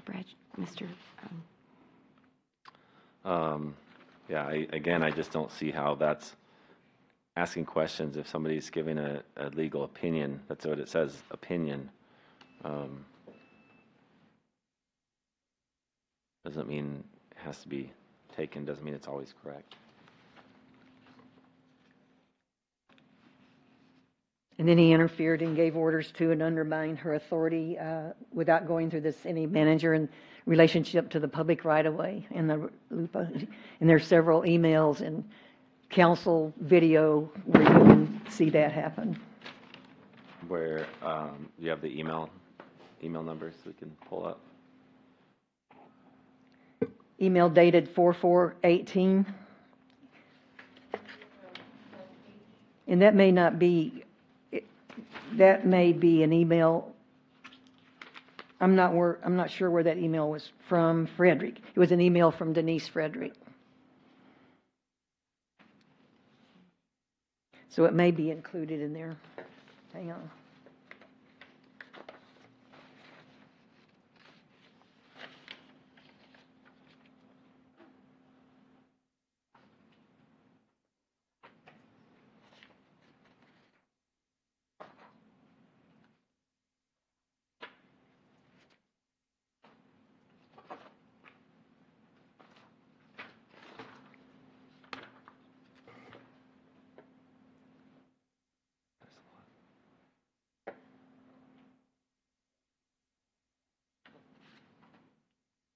Is this about the public right-of-way? Yes, there was one. There's both of them on 4/4/18.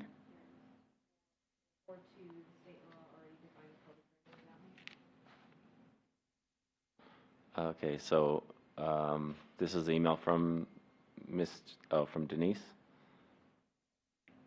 Citing state law and city ordinance regarding the public right-of-way. Okay. Because she had told him that he was wrong in quoting what the public right-of-way is, I believe, at a city council meeting. Okay, so right here on this April 2nd, right there, Crystal? Yes, and there you go. So Kelly to Vinny and included me. Council Martinez per last email, Kelly. Mm-hmm. And then Is there more? Scroll down. Okay.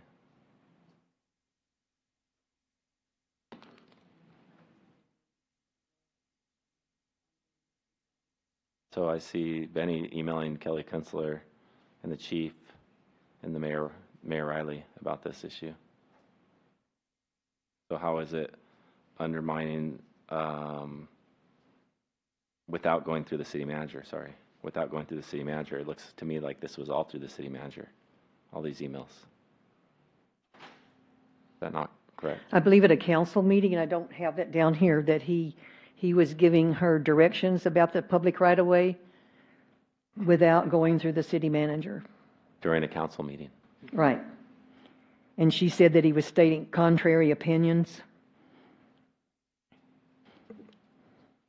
I mean, are we going off of facts and evidence? We're Or going off of the council videos, emails, and testimony. I don't think I saw any videos I have of anything Denise Frederick anything on Denise, I think. during this 8 days. I could be wrong because we watch a lot of No, that's why I got this information. I went back and looked at all of the council meetings. Okay, so you're making decisions based on information that wasn't presented here during this hearing. Is that correct? I'm asserting that these are fact because they were in the investigative report. Okay. You saw that list? Mm-hmm. Okay. They were listed in the investigative report.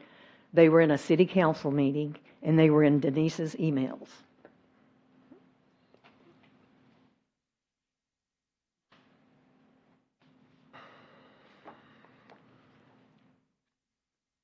Excuse me, are we talking about in your bullet points, 1, 2, or 3? 2. We're talking about 2 right now. Right. Public right of way. Public right away, it says without going through the city manager. Mm-hmm.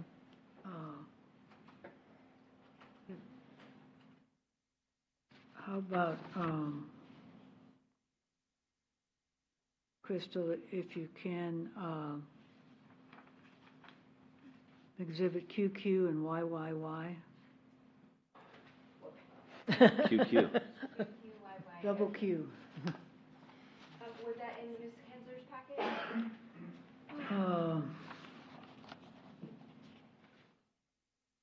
Or was that in Ryan Henry's? That was in reference to, let's see, So if it was Ryan Henry's packet.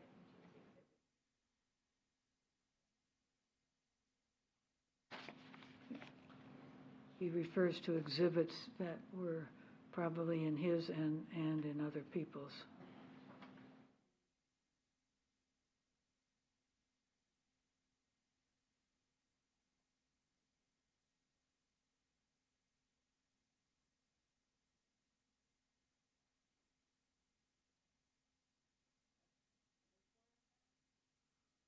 QQ and YYY. Yeah, there it is, 43, St. John's Church.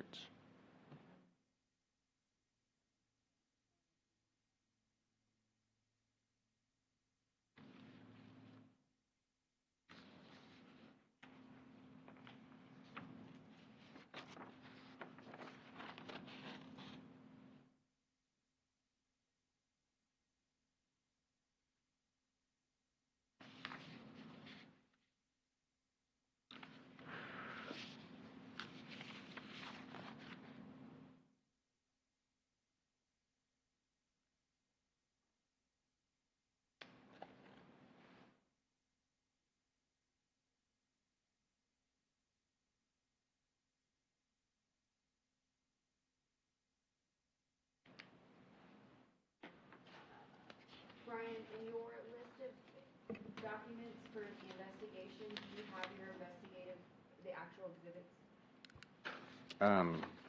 Just electronically. Because the one that you gave me on the USB drive has your index, but it doesn't have the actual exhibits. Do I have All right. Okay, which exhibit from there are you looking for?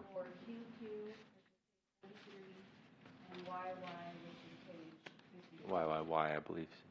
What, is that right?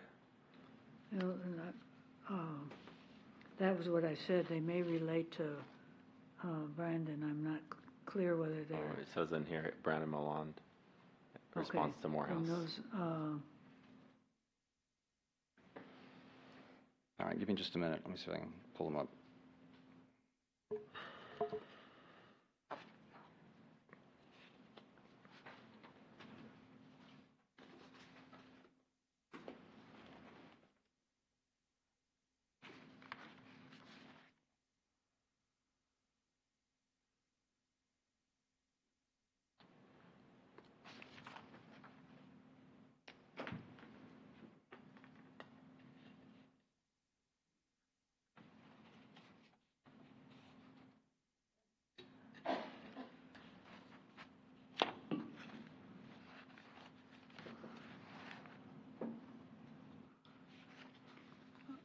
maybe in the interest of time, it would be helpful if we came back to that one and go on to the next one with the officers Azar and Breton and the chief in the police department. I don't believe we were finished with Ms. Fredericks. No, I said we aren't, and Oh, okay. while we're waiting for other things Oh, well, to okay. be located. If you have it, Ms. Alcacer, I mean, No, I can put it on the I don't have it with me. I didn't bring things to stick up on the screen. Okay, what are we, on Officers Azar and Breton and the Chief of Police, which sections are we talking about of the charter? Anything that has to do with 309C and D. Okay, so all of these that from your original motion will apply only to C and D? Well, I removed the 303C and 308B1 per the attorney's suggestion. Okay.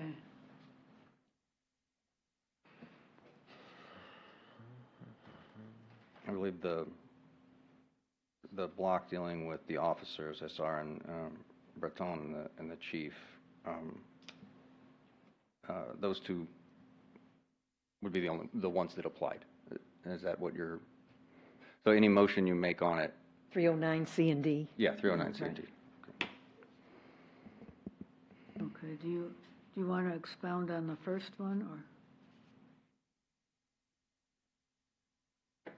Well, it has several things lumped together because it's interjecting himself into disrupting police procedures, giving directions, and misrepresenting facts in regards to a citation and towing, an open investigation involving the zoning chair and the Pilgrim Cleaners, and a citizen's complaint against the Tribbles who placed a shed in the setback of the property and a foot or so into the alley.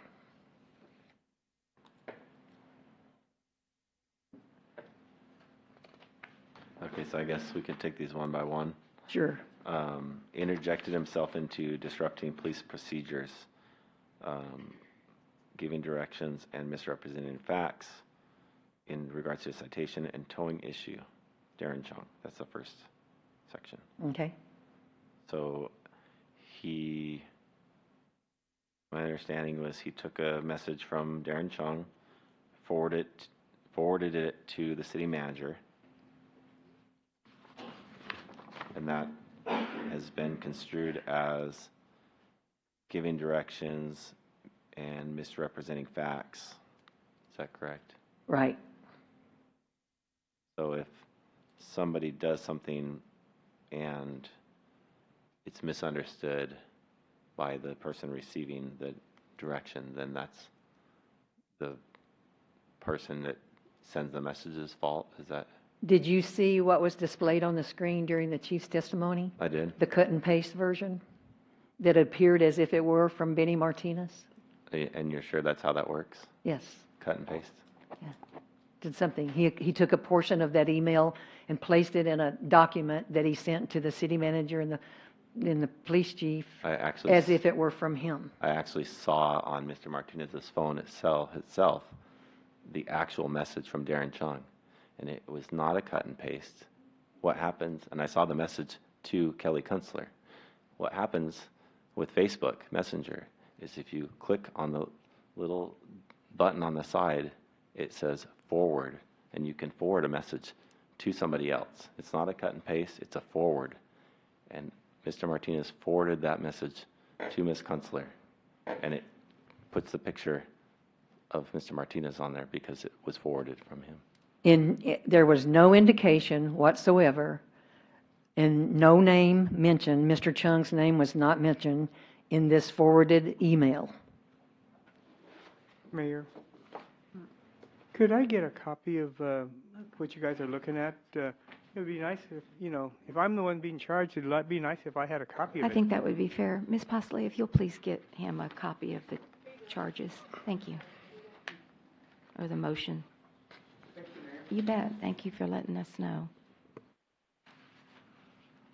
I think, Councilor Bradshaw, what she's saying is that, and assuming what you're saying is correct, that she's forwarding the message, well,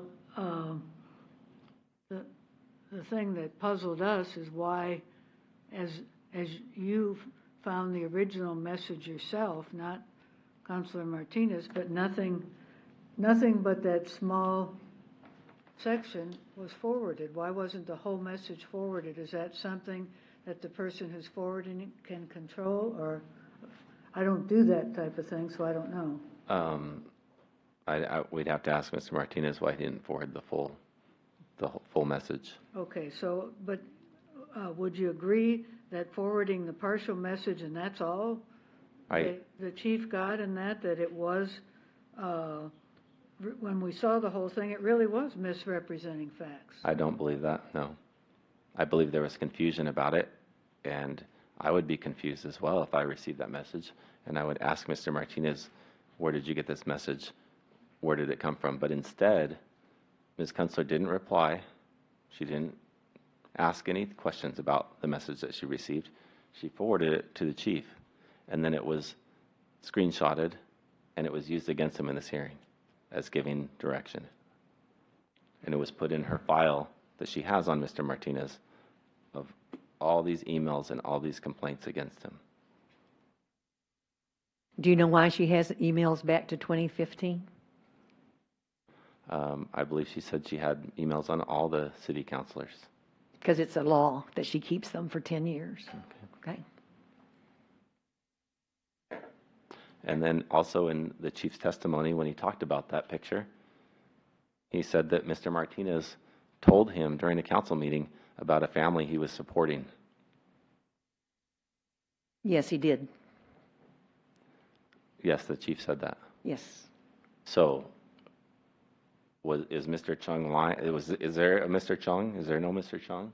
Or is Benny Martinez lying because he's really supporting a family? Or is the chief lying about Mr. Martinez saying that he's supporting this family? The message that he forwarded to Ms. Kinsler, who then forwarded it to the chief, appears as if it's from Benny Martinez. And in that message, it talks about the tow, the citation, Right. and it's the family I support. Correct. But the chief testified here that they had a conversation about it and that Mr. Martinez said he supported this family. Not the message that he said that to him. I don't And you recall believe that.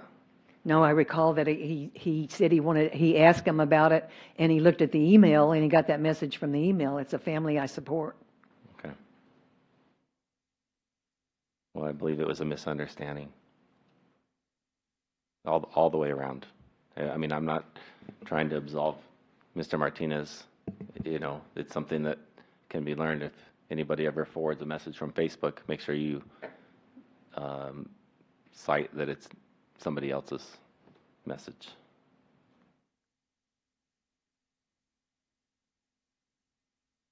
The next one, an open investigation involving the zoning chair. This is the Olin Yarnell incident. Right. Pilgrim Cleaners.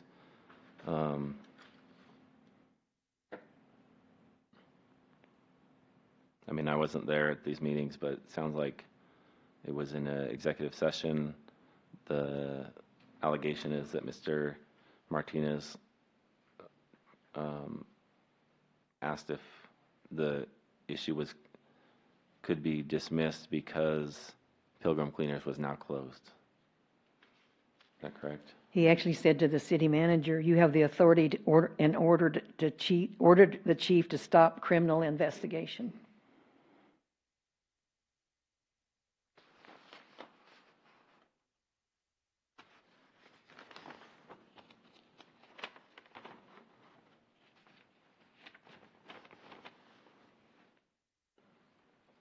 And did that happen? No. The point is, Counselor Bradshaw, it's like the end doesn't justify the means. The fact that it didn't happen, that he didn't drop the charges, and the fact is she doesn't have the power. You heard that over and over. None of us have the power. I worked in the DA's office, and I couldn't even do it without higher authority than me. And how can we as a council that is doing nothing in that area order him to drop the charges or get rid of the charges? We can't. And that's in fact what happened. You have the power to order him to drop the charges. The fact that they weren't dropped had nothing to do with the fact that that didn't happen and he shouldn't have done it. But he still thinks it's okay, and he still thinks we have the authority. He told us after that.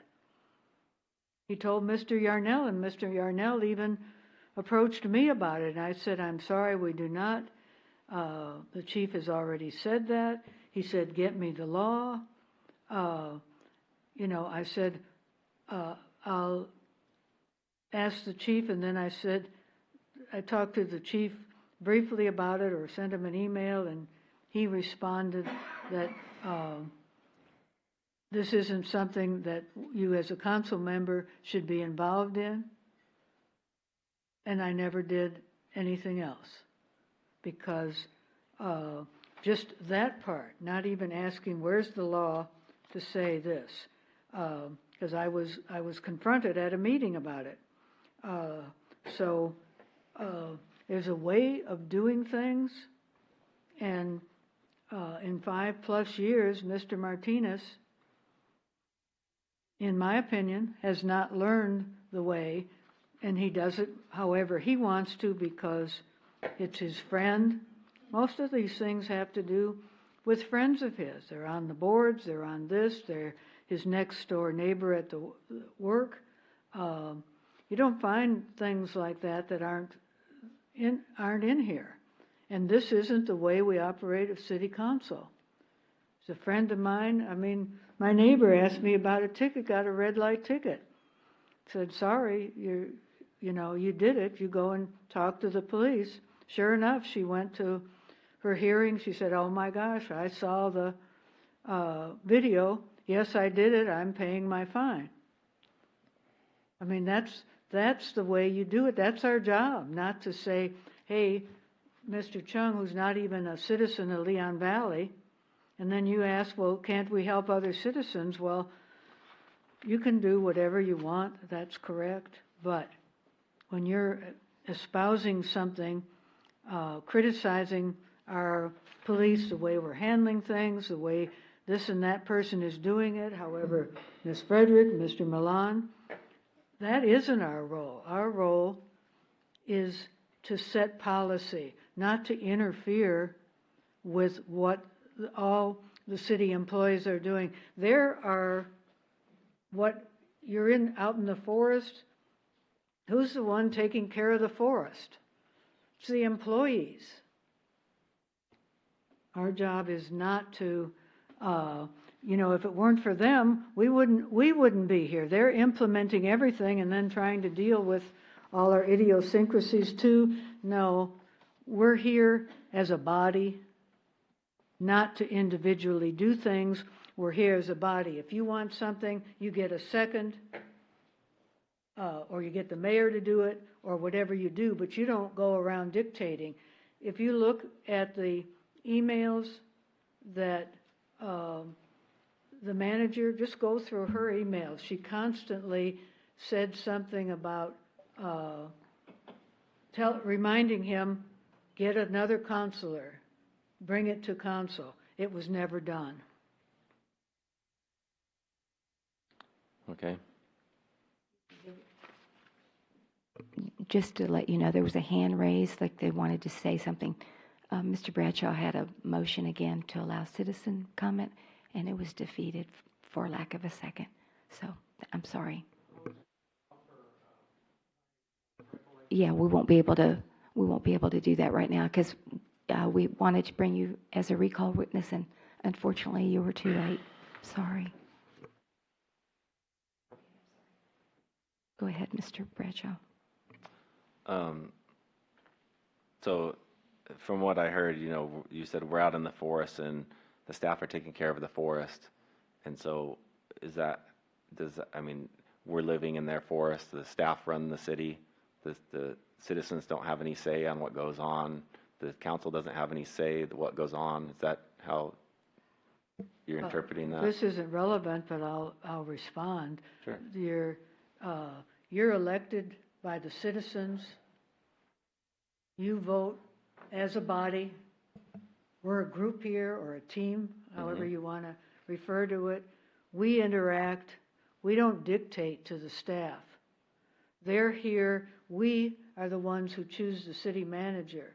If you want to complain about the city manager, you get a second and bring it to council and let us deal with it. You don't say, here, press, I have these complaints against the manager because she's the one orchestrating this whole, what were the terms he used? They're pretty good. I believe it was witch hunt.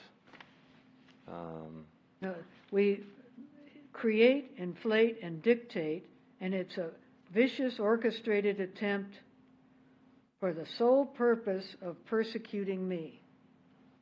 Well, that's direct quotes from Mr. Martinez early on in this. So he can talk, he can't dictate to the staff. They're here implementing what we do, and we aren't to interfere with them. That's our rules. Okay. So when he said to the city manager, I think he said that you have the power to stop this or to make to dismiss this criminal investigation, to tell the chief to do so. Is that the gist of it?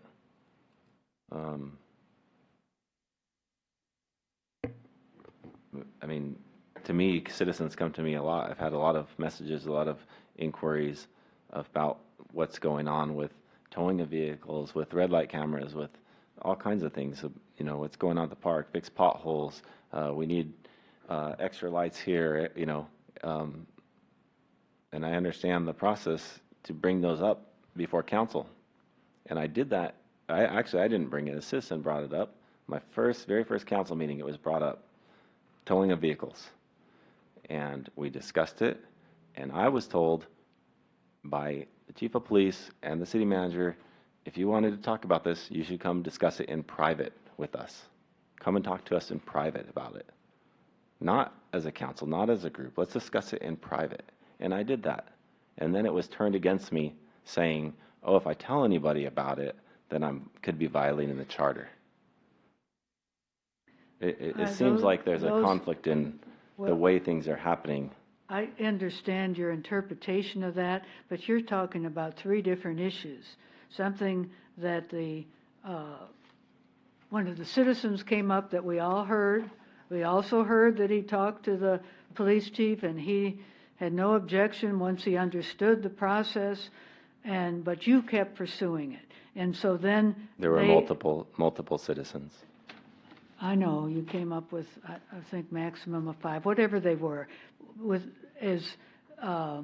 and what the chief, then another part of the issue is the chief kept asking you, because you were doing in council reading from Well, I'm sorry, we're getting off track because this isn't about you or me. This is about Mr. Martinez. I'm talking about the process.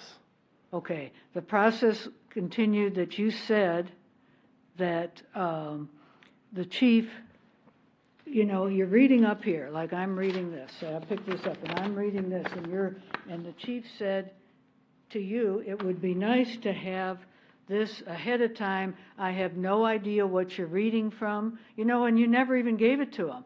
Normally in our procedure, which he was trying to explain to you because we had implemented it, and of course, you know, you can't know everything. It takes time to learn what we need to do and how to make things work more smoothly, which is part of our role to help the staff make things move smoothly.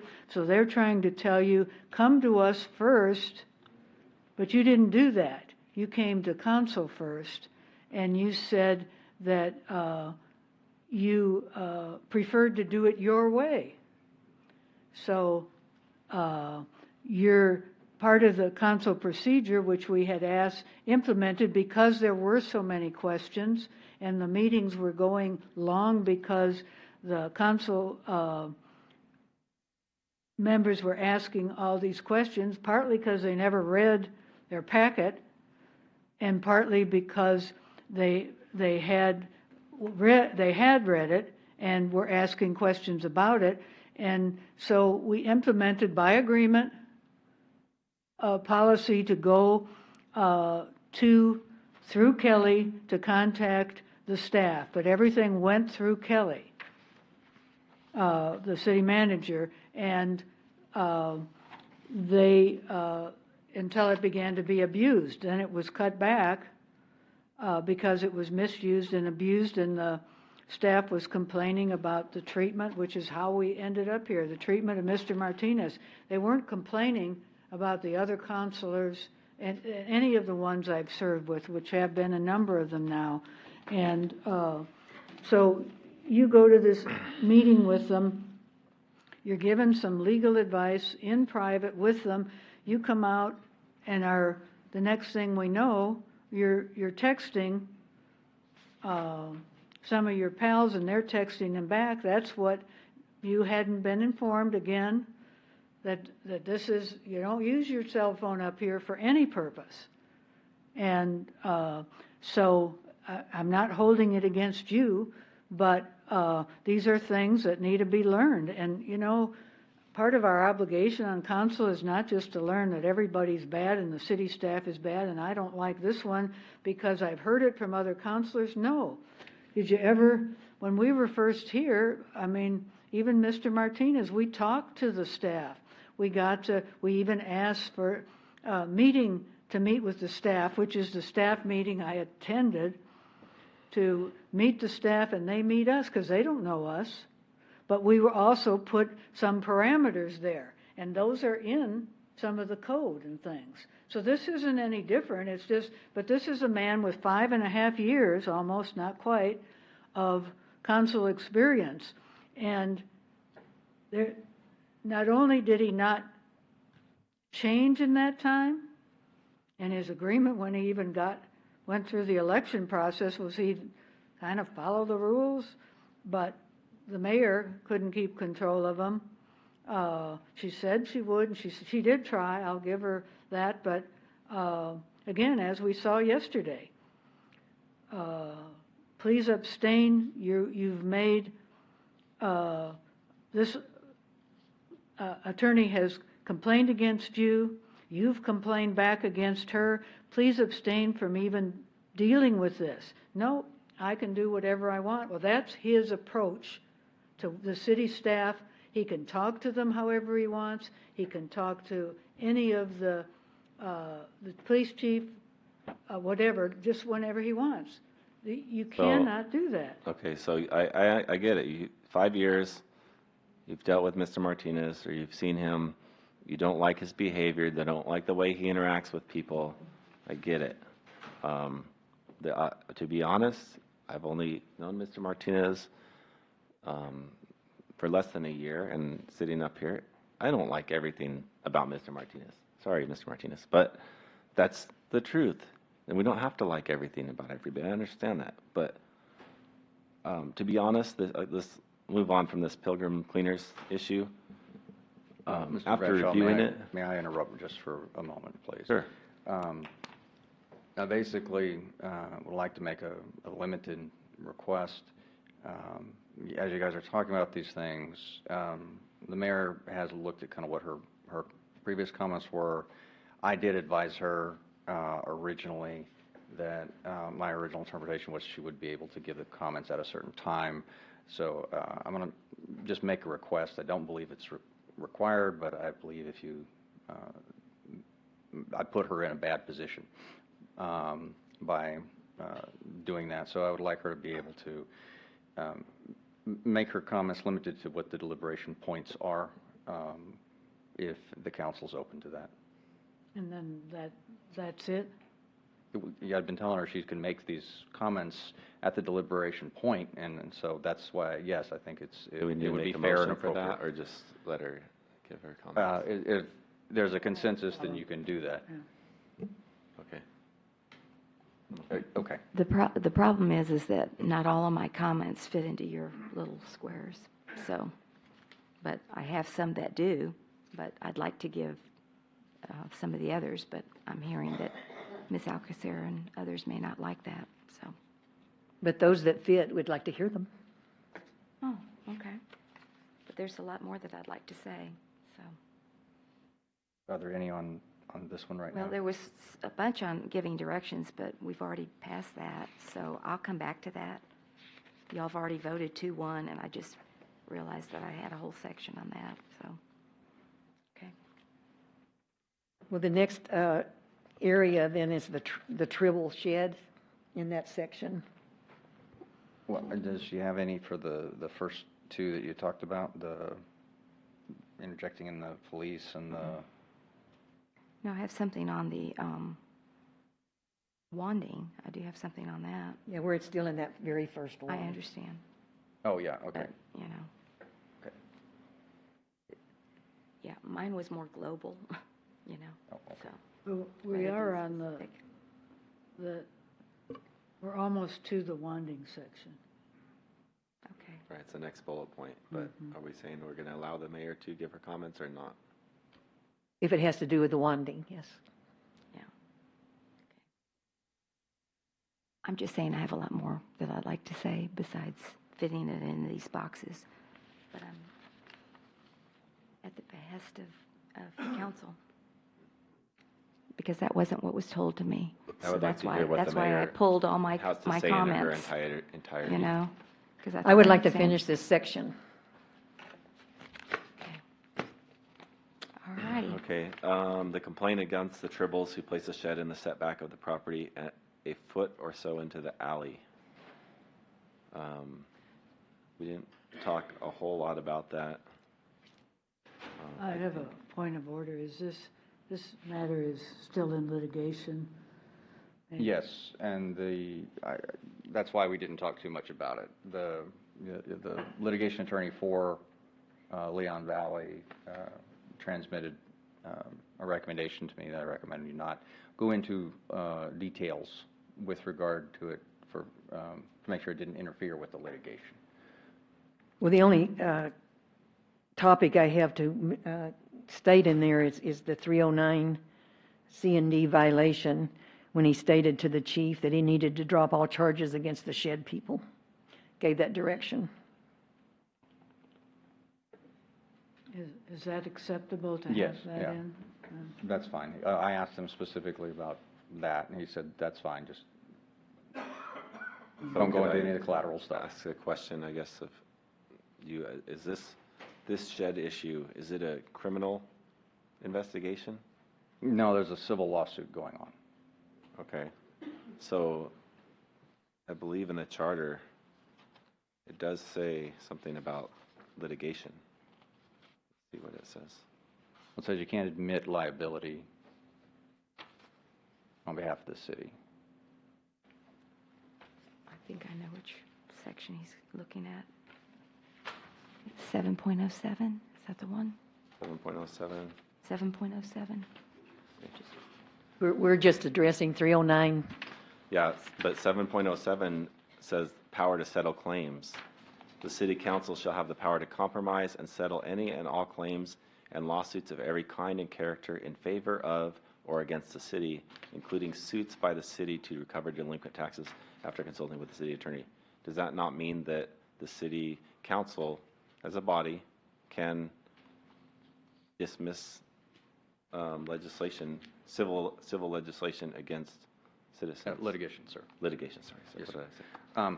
As a body, the council acts not individually. In fact, one of the sections on 309 says, is the first one, shall not accept or admit liability or pay a claim for damages asserted by the city.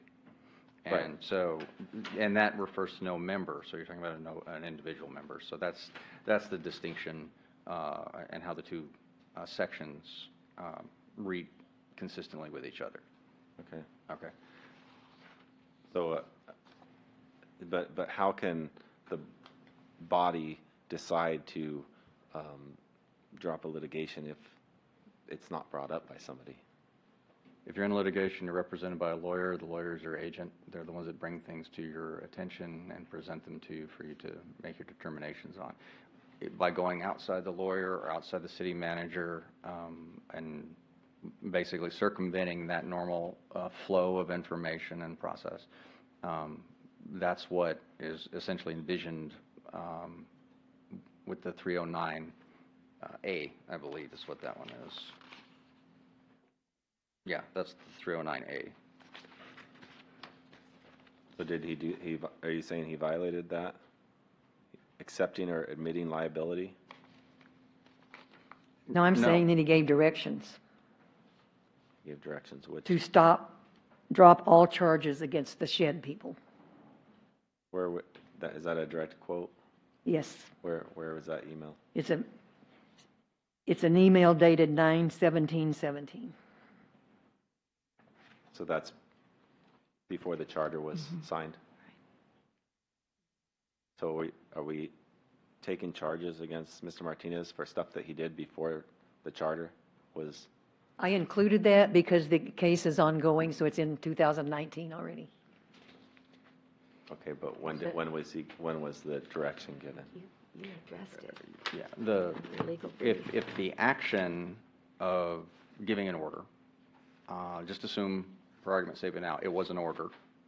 If he gave an order, but it was prior to the enactment of the charter, then you can't hold him in violation of the charter because that would applying it retroactively. So if he gave direction or interfered after the enactment of the charter in relation to the same litigation, then that could be a violation, depending on exactly how he did it. If the charter was signed and he continued to Give orders. and Yeah. say, And- drop the and- litigation, drop yeah. the litigation. Yeah, so December 5th, 2017 is kind of your trigger date. That's the date that your charter became effective. Voted on, right? Yeah, Or officially. well, it was actually when, it was canvassed, the election was in November, yes, ma'am. Okay, that was when it was accepted, or? There's I believe it was Adopted. an ordinance adopting charter amendments that was passed on December 5th. That's It was adopted. the date I have in my head. So it seems that we have to delete that one because it was. We can delete tribbles. Okay.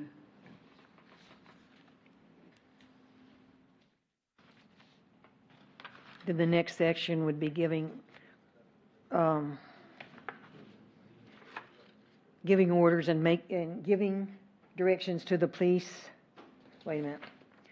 Can't read sideways. Giving directions and berating police officers who were wanding prior to city council meetings, threatening to have the chief's job and that of the city managers.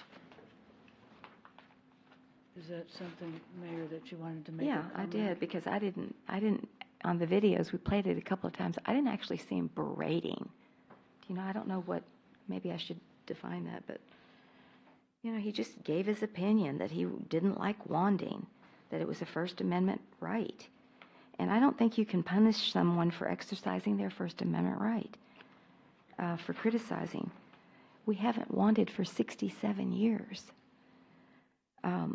And again, the manager and I, we've had this issue about, is this a policy or is this a administration directive? And she contended it was an administrative directive because the police is the head of security for this building. And my argument was that it's policy because we've never done it before. And I had 4 or 5 complaints from people coming up here saying, Mayor, what's going on? We've never wanted before. And so when I went to TML last year, they had asked a TML attorney. And so I sat down with her, and she agreed that it was a policy rather than a administrative directive. So that's when I came back, and I think we ended up putting it on the agenda, and we passed not only the Wanding section, but it was a comprehensive. Chief wanted everything to be included in that.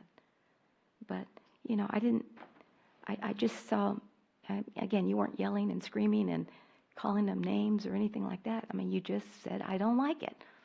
I don't see, you know, why we have to muzzle somebody with their opinion. And again, I understand other counselors didn't do that. But, you know, just because he did it, I don't think that should throw him off the council. So. Do you want to hear the exact statements, Mayor? This is getting ridiculous. This is getting out of hand, and we need to stop this. Checkpoints unnecessary and a waste of time. This bullshit is going to end soon, and you will see. Did he say the word BS? Yeah. He did? I Is that in didn't. a video? I didn't see that. I didn't hear that on the video. I think that was in Breton's statement. Okay, but I was looking at the video. That's what I was talking to you about, was just the video. I have Breton's statement. It says, this is ridiculous. This check is unnecessary and a waste of time. The auditors will win the lawsuits. This bullshit is going to end soon, and you will see. Yeah. I will bring the situation to the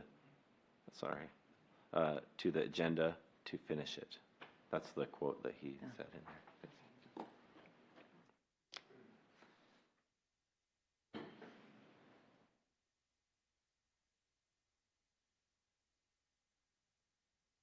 But again, I didn't see that in any of the videos, so just in his complaint.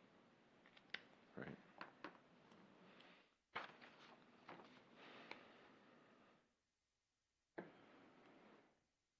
So can we go on to the next one?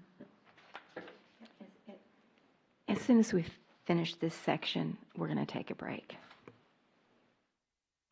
Okay, given directions to the police and city manager that they should have compassion and grant exemptions allowing convicted sex offenders to utilize the parks.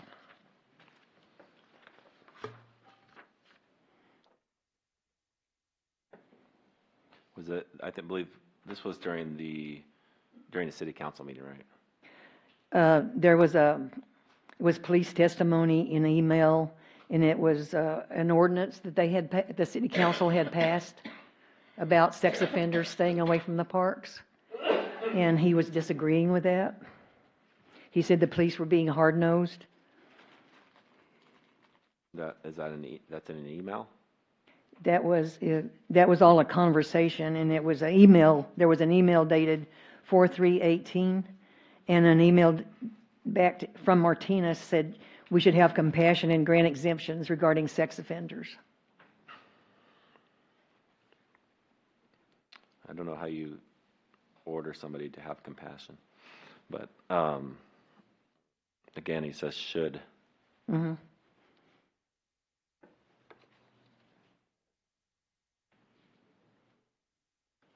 Where is that quote that you read where he said that we should have compassion and grant Email exemptions? dated 4/3/18 from 4/3/18. Martinez.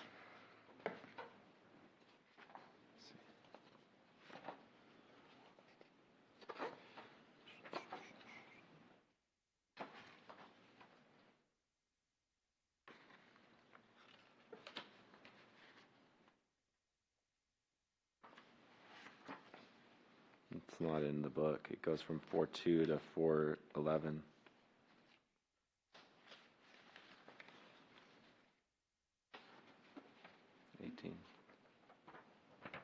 It's Look in the in other the one. blue book. Might be in that one. Yeah, it might be. I don't think so. I don't think the chief brought that up. Did he? No, it's not in here. I mean, I don't know for sure, but just in my table of contents. It might be in the Chiefs, because I think he listed that. I'm not for certain, but it was dated 4/3/18, and it was from Mr. Martinez.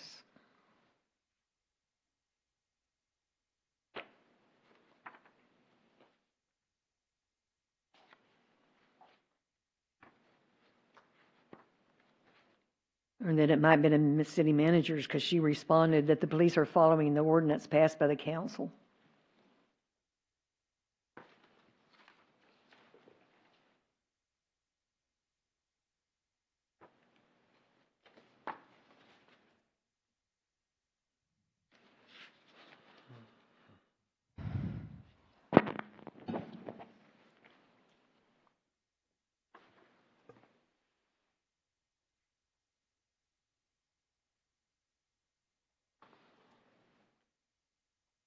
You have it, Crystal? I don't see it in here.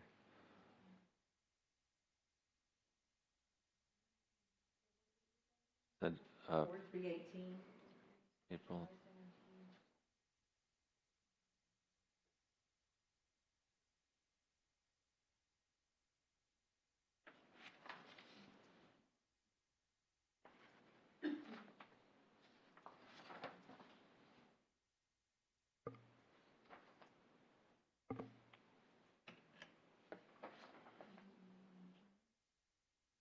Oh, I did find it. I just found it. It's out of order, but that's okay.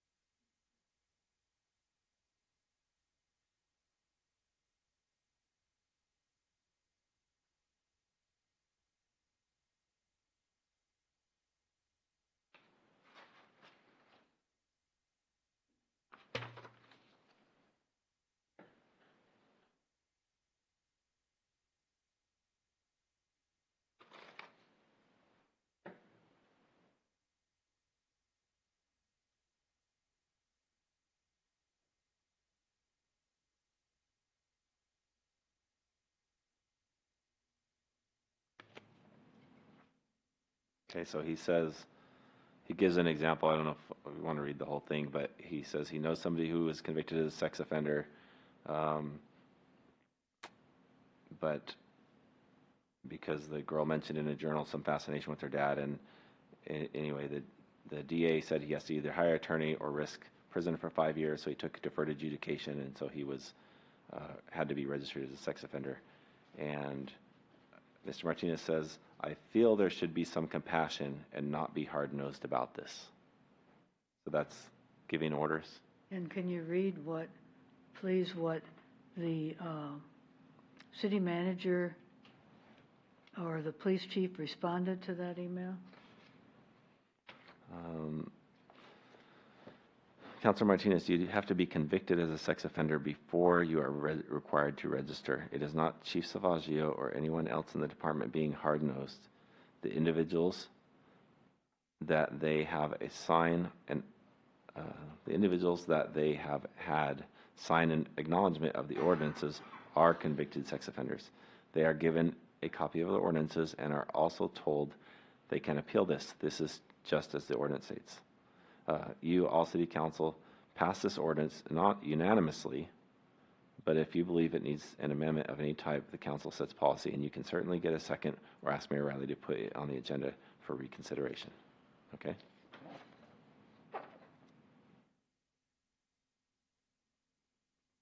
And he never did any of that. He just tells them, this is what we should do. So I feel there should be some compassion and not be hard-nosed about this, is telling them what to do. Should. Yeah. I just really have a problem with that being an order. But you would follow it. Can we go to the next one, please? You're putting words in my mouth. giving directions to the police regarding the sign ordinance and public right-of-way regarding the placement of signs. And this really came up with, Actually, I have an issue with the charge on the last one. Sorry for interrupting, Ms. Charles. okay, go ahead. The quote is incorrect. Mr. Henry, does that matter if you're going to put it as a charge? It says, should have compassion and grant exemptions, in quotes. And the email says, I feel there should be some compassion and not be hard-nosed about this. It doesn't say anything about grant exemptions in his quote. During your deliberations, you actually, bring up points, you change minds, you change aspects. It doesn't necessarily change the motion that. Okay, I that's just the want, email. that's why I was a question, it wasn't an order.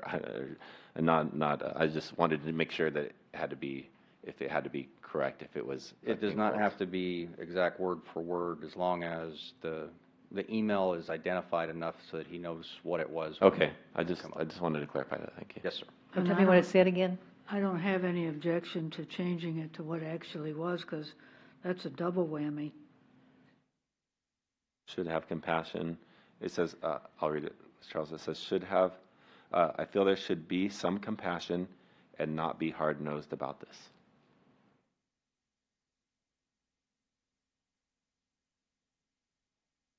Somewhere in all of my readings, I read, should have compassion and grant exemptions. But I'm okay with your changing that. Oh, there is, near, at the bottom, doesn't say exactly, but it says, otherwise, have a little compassion and grant exemptions. Yeah. So that's where that probably came from. Okay, we can put it all in. Okay, thank you for that. Okay, sorry, move on. And then the next one is about the, disregarding, giving directions to the police regarding the sign ordinance and public right-of-way regarding the placement of signs.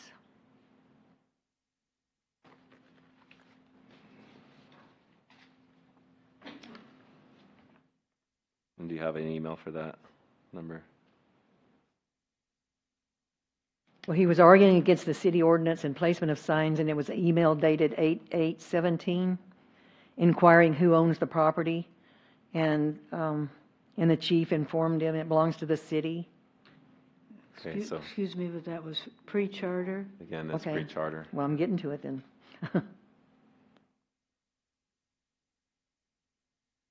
Oh, then he had asked about political signs on 41018.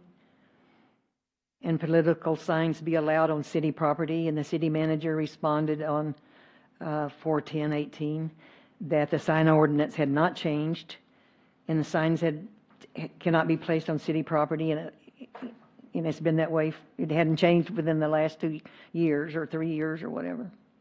So 41018. Yeah, I'm pulling it up. And then he wanted the sign ordinance put on the agenda, council agenda, as an emergency item. And she informed him, the city manager sent him an email on 41018 that informed him that an emergency agenda item must relate to the health, safety, and welfare of citizens.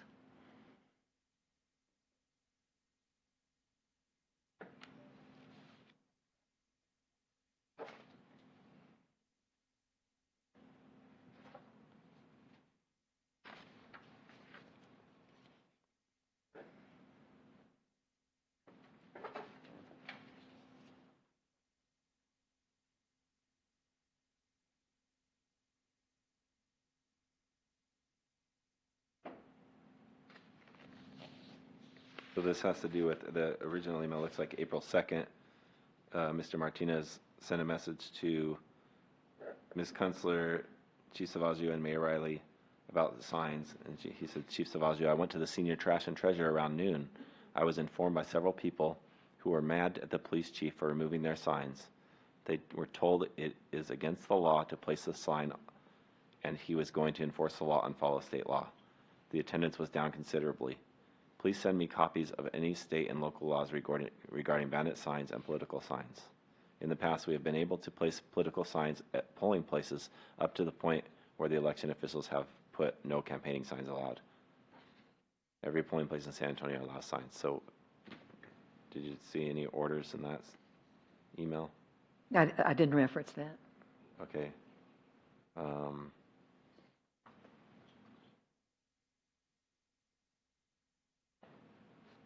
So then Ms. Kunstler replies, Councilor Martinez, please find an email from Chief Joe sent last week regarding this subject. This will assist you with the answers, and you can click on the sign ordinance for easy reference.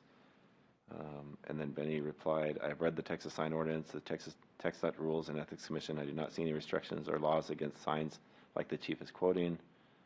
The issue that we keep coming back to is the definition of public right-of-way. We need to define and come up with to an agreement on what is public right-of-way. I believe this should be a council policy decision and not staff.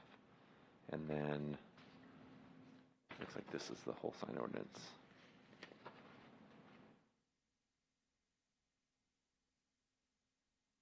April 10th from Kelly Kunstler. Councilor Martinez, please scroll down to the email on April 2nd at 3:40 p.m. where I sent you the link, and at 5:58 p.m. same day where Denise copies the whole code language and pastes it in the email for you. Is there something further we can assist you with at this time? Their email.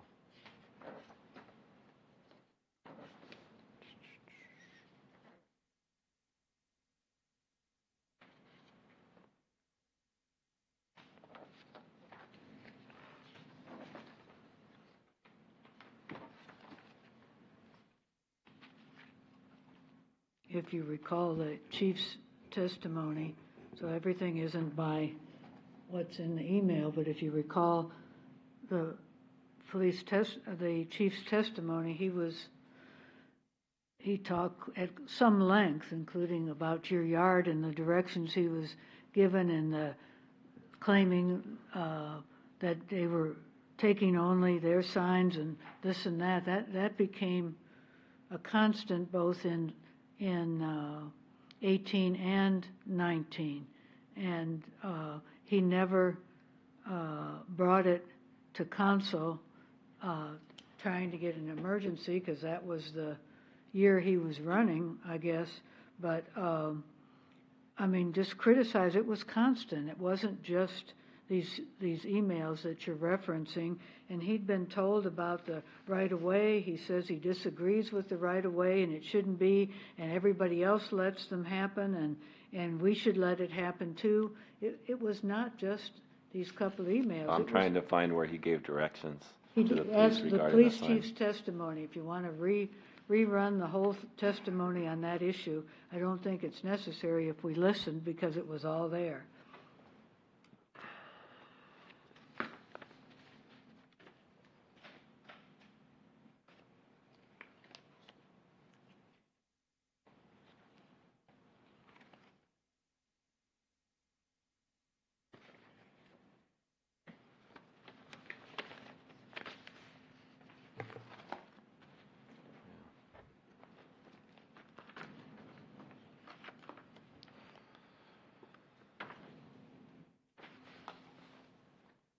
I think there were questions about signs, of course, and we see that in the emails, and it was asking for clarification of the law. I don't believe he gave direction to the police or direction about the public right-of-way on the placement of signs, saying you must allow this or we must do this. That's what I was looking for.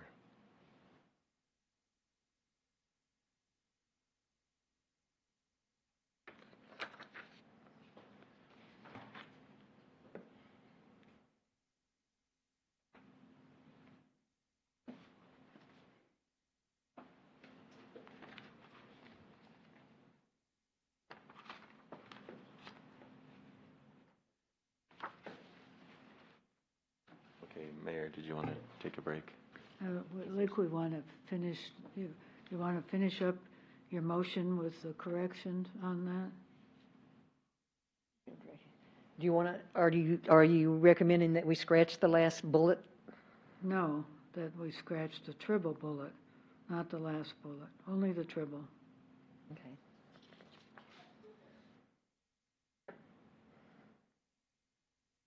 So how would your motion be now? My motion would be to find Council Martinez violated 309C and D of the charter by giving directions to the police chief regarding the zoning chair, Olin Yarnell, and the Pilgrim Cleaners issue, and misrepresenting and giving directions about the citation and towing issue, and giving directions and berating police officers Azar and Breton who were wanting, and giving directions to the police and the city manager regarding sex offenders, and giving directions regarding political signs and the public right-of-way. I second.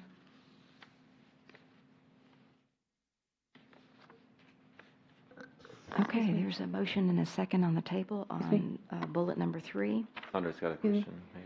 Yes, ma'am. Mr. Henry, we had a motion and a second already. Do we need to have that one withdrawn? I think she was making an amendment to it. Is the She way- did not use that word. She did not use the word amendment. You are correct. She did not use the word amendment. Practically, I think that's what the effect is, but let's clarify. Is that Okay. a recommended amendment to your motion? Because, I mean, you talk back and forth Okay, what? about, He used the word amended. it's an amended motion. What you just read is intended Amended to be an motion. amended I'm motion. sorry. And it's amended second. Thank you.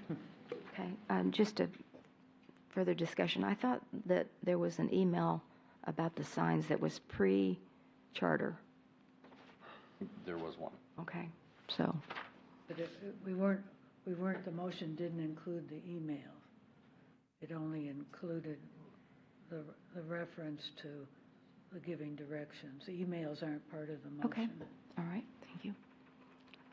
Ms. Postley, do you have any further discussion, Mr. Bradshaw?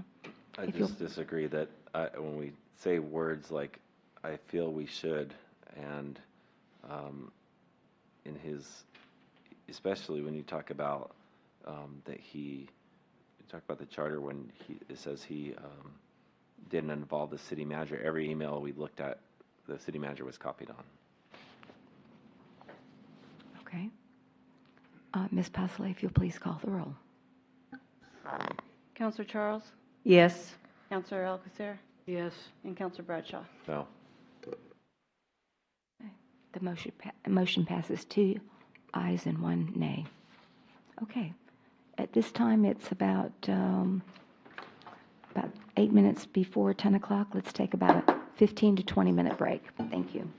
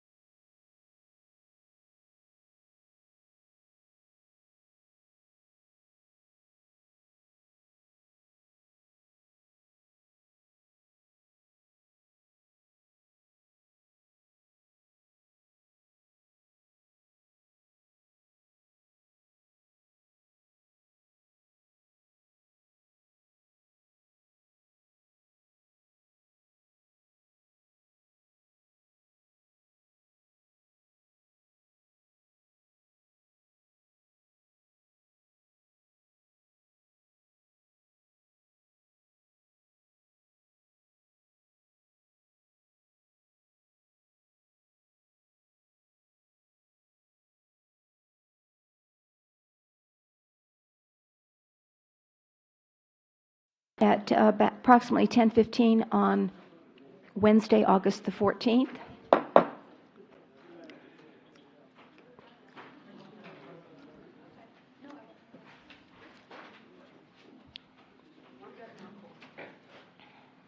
Okay. Is everybody situated? All right. I'm trying to remember, we were at the next bullet. Ms. Charles.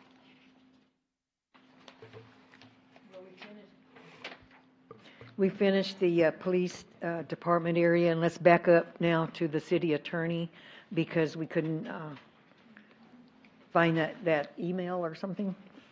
And it's bullet number 2, interfered with, gave orders to, or undermined the authority of Ms. Frederick without going through the city manager in relation to the public right-of-way definitions and RLUIPA issues.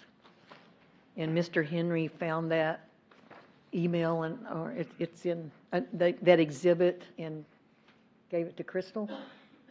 Yes, I emailed it to her, but I don't know if she's had a chance to go get that one just moments ago. Looks like Your microphone's not on. Oh. Sorry. Yeah, I emailed it to Crystal, but I'm not sure if she had a chance to grab that one. Because there was that one, and then one on the right-of-way that you had asked for regarding the definitions. The email communications started on January 31st, 2019 is what it looks like.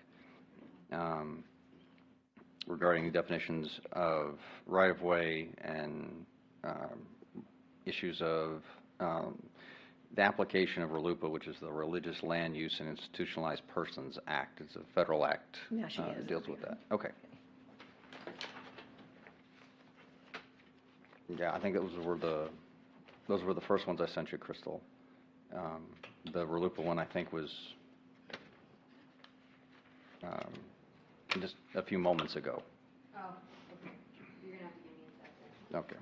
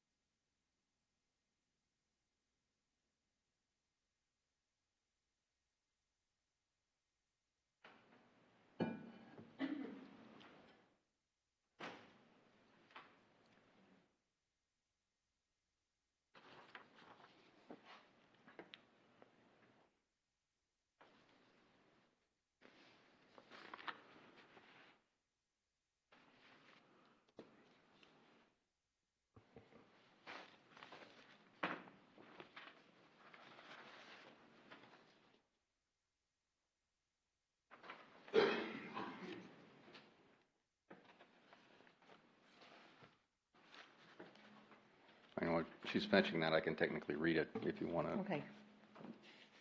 Started on it.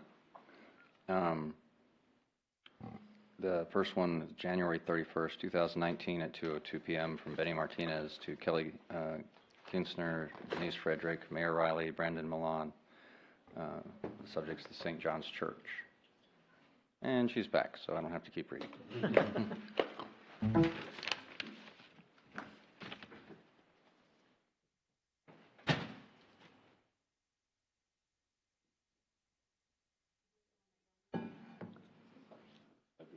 Yeah, go down to the bottom.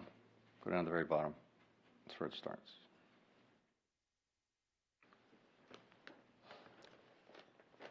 Okay, there you go. Page 6 is the first email.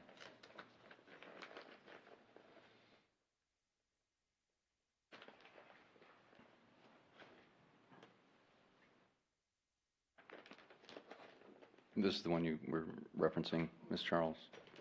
Yes. Okay.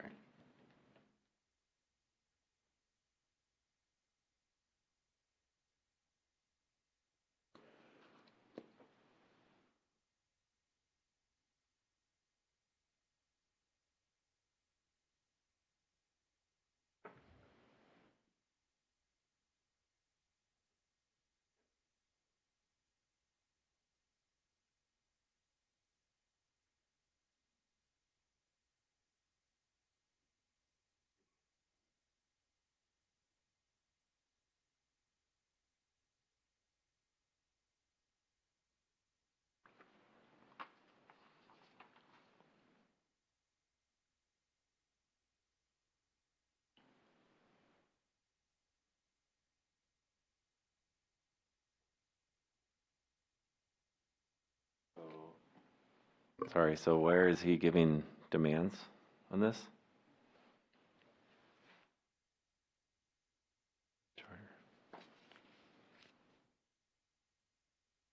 List all Texas cities that have a civic zoning classification.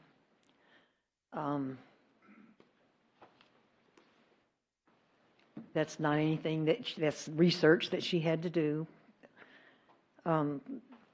Provide case law, even though we said please, detailing the reverse.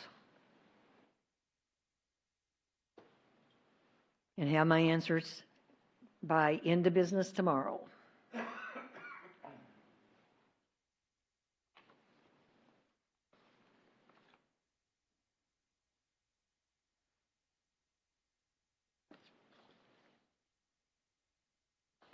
So it sounds to me like he's trying to figure out what the law is regarding the zoning issues, civic issues. Then it says under 309C, which you're saying he violated, except for the purposes of inquiries and investigations. This sounds like it's an inquiry or an investigation to me. Now, this is a case where you had to be there to understand it, and I understand that neither of you was there, but what happened here, and her reference might be a little bit off in the way she mentioned it, was that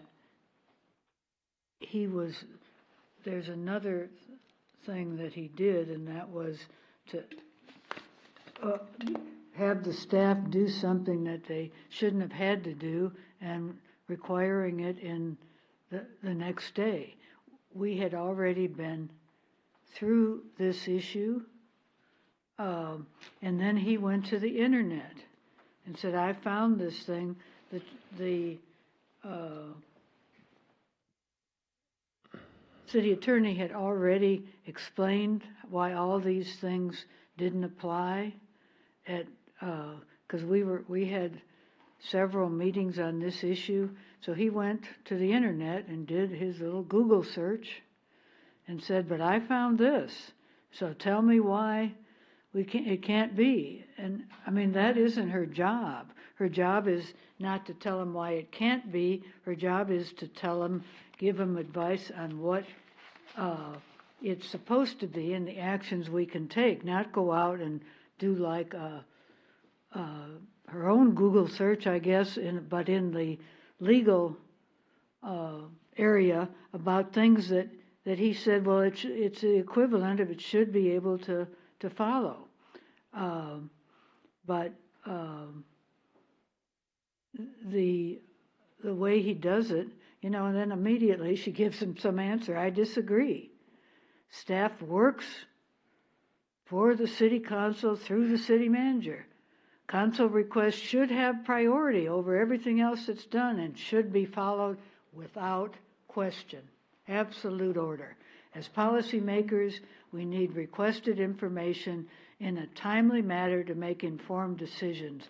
Well, that part is right, but we weren't dealing with this. He was trying to say, how can we get out of having to do this? And look what I found in my Google search, and you should be able to support what I found. So let me get this straight. I agree. I wasn't there. I don't know if Ms. Charles was there. No. I'm assuming she was not there. But he's asking questions. He wants information before making a decision. To me, again, that sounds like inquiries and investigation, not giving orders, demands. Yes, it does, but you have to go back to listening to what the manager and what Ms. Frederick said about this issue. And the problem is that I can't tell you everything that happened, and part of your inquiry, I guess, is to do the same thing, but the way I did it at that time and the way I did it for this was to listen to what they said. And Ms. Frederick very clearly talked about this issue, about what he did, and and the city manager went through the same thing. And I can't quote their testimony, and we So don't, you have to, you can't just go, I guess you're asking for one concrete thing. That is a pretty concrete thing, the one I just pointed out, but I can't give you every other detail. I'm trying to figure out how this is not acceptable.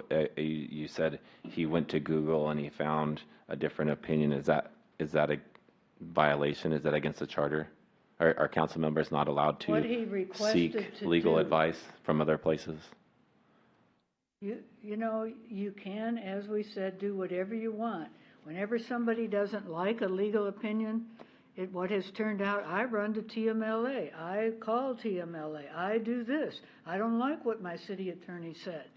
Well, why don't you do something about that instead of running out, do you know what asking legal advice, it's like you came up to me on the street and I had this situation and I told you this.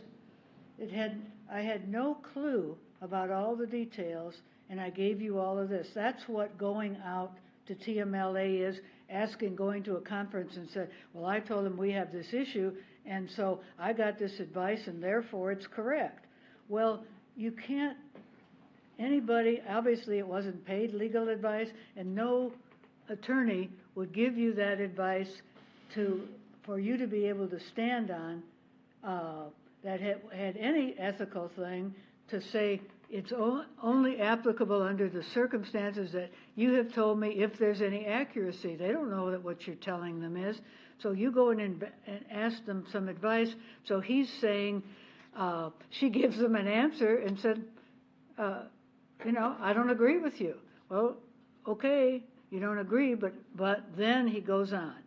He didn't stop at I don't agree. You can look at the rest of it. But the city manager and the city attorney talked at length about this issue. And at the meetings, we had the same lengthy discussion because he didn't accept anything that was said, and he kept blaming the staff and that they weren't getting, and we are the council, and I'm entitled to answers. Well, what he did was look for his answers. They didn't support what he said. He thought it should be, and he made his, so they get blamed. So that's a charter violation, is not agreeing with what the staff has to say, not agreeing with what the rest of the council has to say. It's kind of, Mr. Bradshaw, what you're doing now. You've totally ignored what I have said. I'm trying to get to the Have to- facts by asking questions by the complainants. I'm asking more Yeah, questions Did you than. hear Wait a what, How minute, do you wait a minute, feel? one at a time. Don't overspeak, please. Go ahead. did you hear what the city attorney said about this issue? You recall that? Regarding what? The issue you're asking about.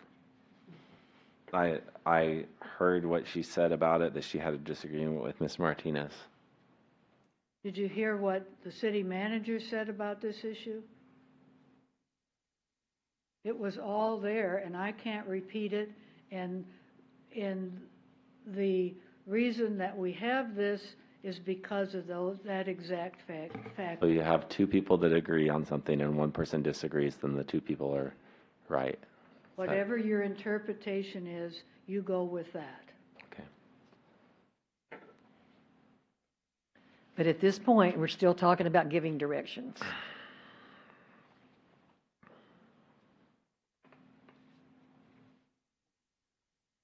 Okay, scroll back up. Any of your comments?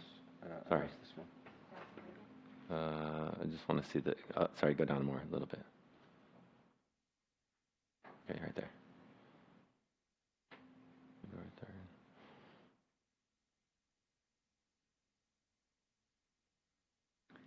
Should be followed without question.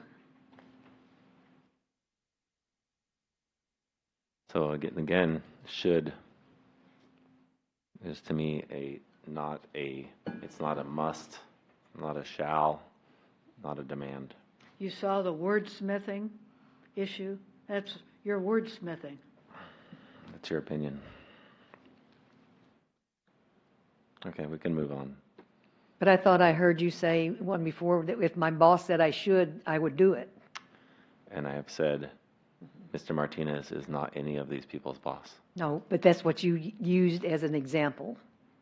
So that's why it's kept being brought up, because you used it yourself. So we're done with the city attorney's area? Unless any of the Well, mayor's I comments just, have to. the only comment that I had that had Denise Frederick's name in it was that, in my opinion, the charter has changed the council's job as we know it. Apparently, we can't ask questions, criticize, make suggestions, and the manager is in charge, and all the staff members have to do is just file a complaint against any city council member, and an investigation shall occur. And the only thing I had with Denise was, you heard in Denise Frederick's testimony that she already has told Mr. Bradshaw that she will file a complaint against you if you don't treat her the way she wants to be treated.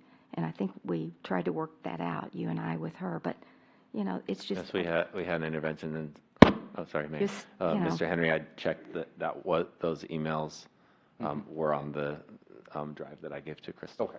Yeah. I mean, I'm even starting to say to, like, Melinda, I'm not giving you direction, Melinda. I promise you, you know? I mean, I'm just like, I don't know. It's just, I didn't know the Home Rule Charter was going to be like this.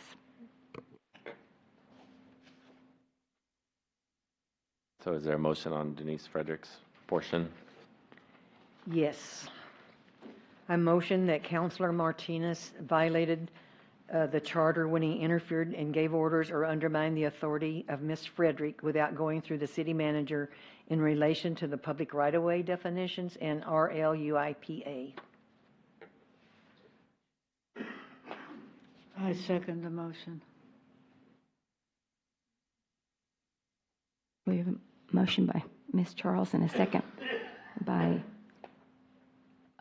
Ms. Alcacer on bullet point number 2.1 regarding Denise Frederick and Mr. Martinez violating the charter. Any further discussion? Just one comment. Yes, sir. Again, we see it through all of these emails, the should and suggestions, and he's asking questions. Mr. Martinez asking questions. And to Ms. Alcacer's point earlier about Ms. Charles and I not being there and not knowing what happened, I do agree with that. Maybe we shouldn't be ruling on these things if we didn't see it. Okay. Ms. Posley, if you'll please call the roll. Counselor Charles, Yes. Counselor Alcacer, Yes. and Counselor Bradshaw. No. That motion passes 2 ayes and 1 nay.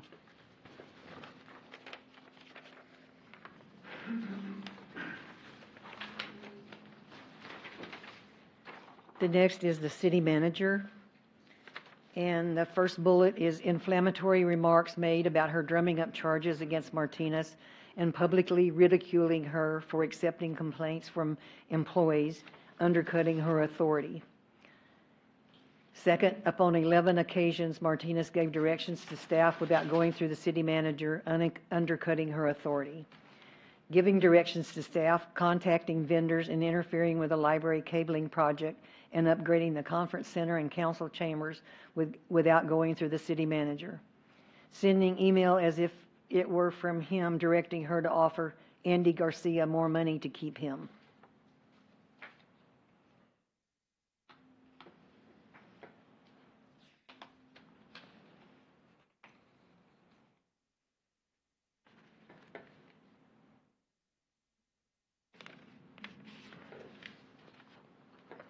And So- if you wish, we could go right to bullet point number 2.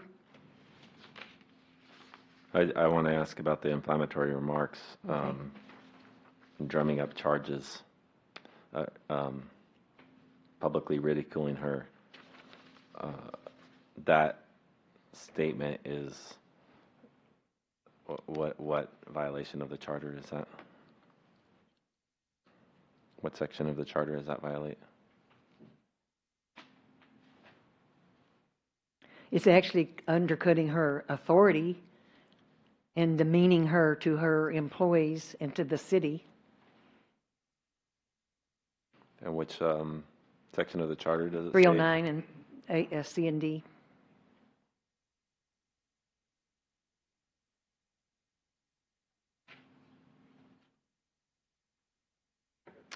Yeah, there's nothing in C about undermining authority. So for purposes of charter, purposes of inquiries investigation, unless otherwise provided in this charter, the city council as a whole or as its individuals shall deal with city officers and employees who are subject to the direction and supervision of the city manager solely through the city manager, and neither the city council nor its individual members shall give orders to any such officer or employee, neither publicly or privately. How does that violate 309C?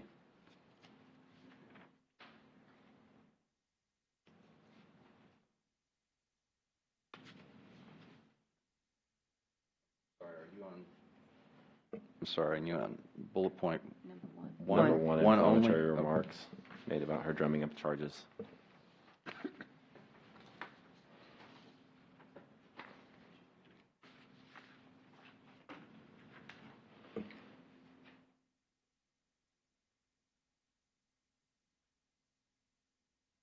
Actually, for Councilman Schultz, I think D is more appropriate for bullet point 1 if you're going to separate them out that way. Okay.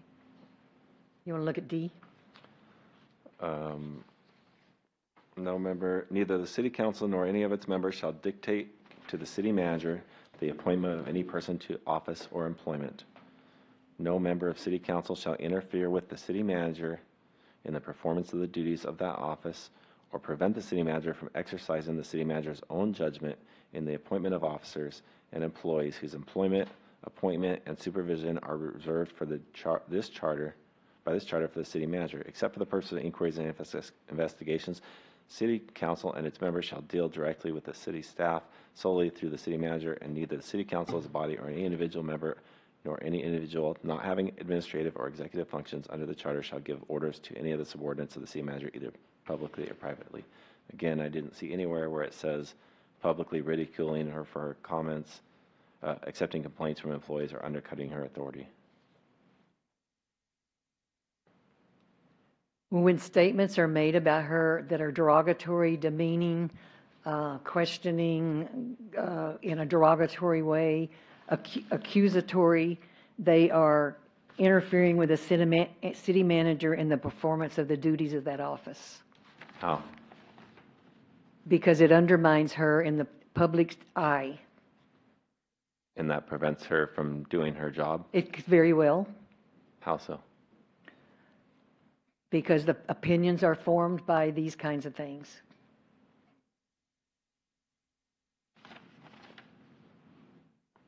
So are you saying that as a city councilor, Mr. Martinez has no First Amendment rights, freedom of speech? I'm not talking about that, sir.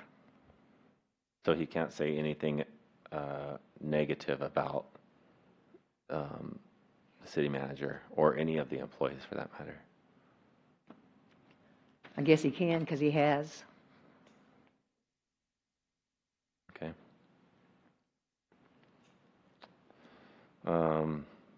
Bullet point 2, upon more than 11 occasions, Martinez gave directions to staff without going through the city manager, undercutting her authority. Where did he give direction without going through the city manager? Okay, on 2718, 2818, and 21218, directions to the Community Development Department without going through her, and there's emails to support that. On 22718, directions to the City Council, or Crystal Caldera regarding the video upgrade. Directions to the City Manager and to keep Garcia on 22818. Giving orders to wanding officers, 51618. Interfering and giving directions with a library cabling project, 61418. Instructions to the chief to bring his wanding decision to council. Directions about video conferencing on 8718. 102918. city manager wrote to Benny Martinez not to give staff directions updating conference center in regards to that. 11/5/18, Benny Martinez to Crystal Caldera, giving directions and asking for action ASAP.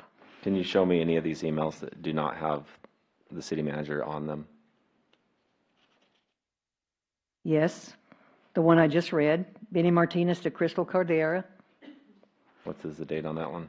11/5/18. But you know what? It really is irrelevant because the directions were given prior to, before the emails were sent. So he had already been in conversation with Crystal Caldera before the emails were sent, giving her directions And how do you know this? in testimony.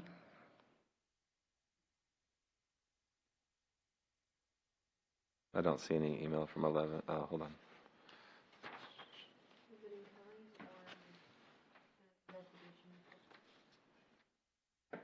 I'm looking at Kelly's and I don't see it. 11/5, I have 11/6. Crystal Caldera, again, this was not a bid. Oh, sorry, there it is. It's an added one.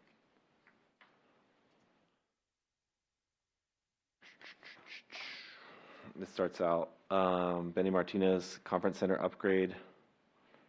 Please send me the upgrade requirements sent to the bidders. Include the recommendations and quotes. These should have been provided in our council packets. Need this ASAP so I can review prior to city council meeting. November 5th, 2018. Sent to Kelly Kunstler, copy Crystal Caldera, copy CC Mayor Riley.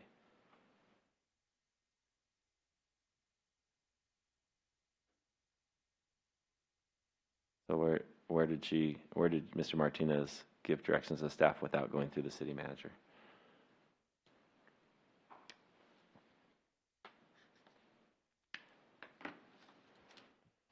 Did you hear what I had said? Because he was in the presence of Ms. Caldera and having these conversations and giving directions, and he sent this email. I don't. And there's an email somewhere where I don't see that. where the city manager asked him to refrain from that. Actually, the 10/29/18 one.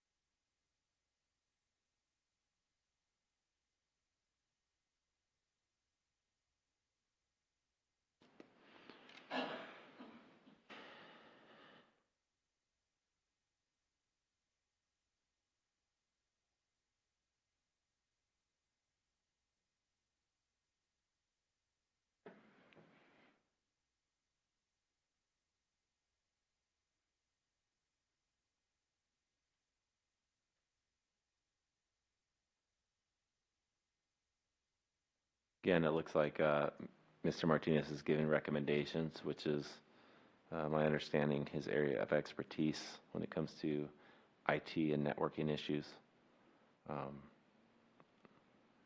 Not giving directions. I don't see anywhere where it says you shall or you must. That's not necessary.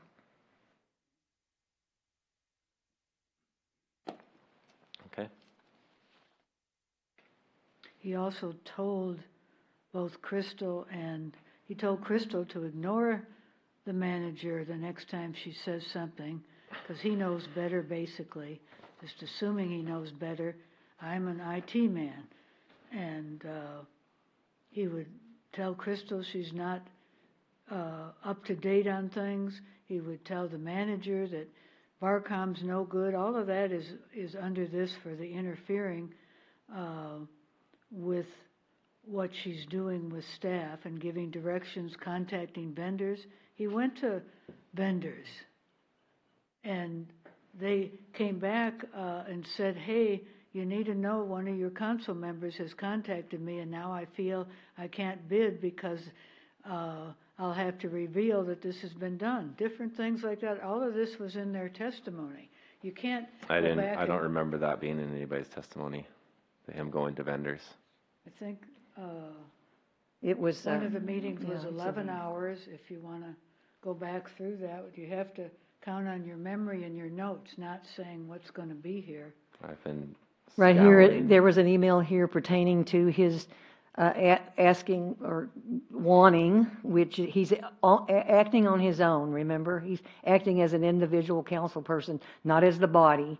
So he's asking for the test results that were performed. And then he was saying, Asking for test results, right? That's giving a demand. but he's interfering and he's asking for, he's not acting as a council, as a body. He's acting as an individual.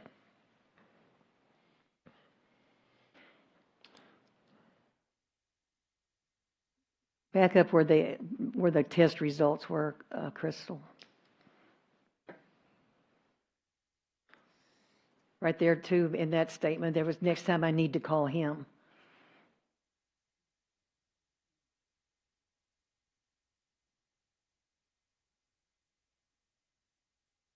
So he's intervened in something that we have an IT company working with Crystal.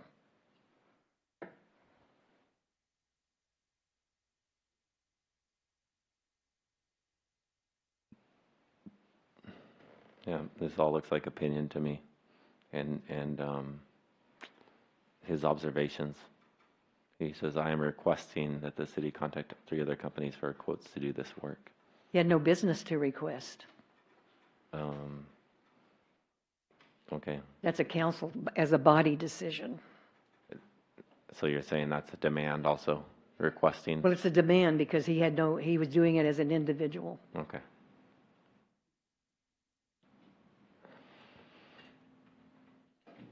Okay, let's move on, unless you have any more thing to say about that. I would like to say that just as a comparable, anytime that any group, no matter what their status, is having to deal with something like this, they have to go back and do it basically from their memory, to remember what was said and what the people have said, whatever you're working on. That's what you have to do. You can't even take notes back to you. So we have to work on and train our memories.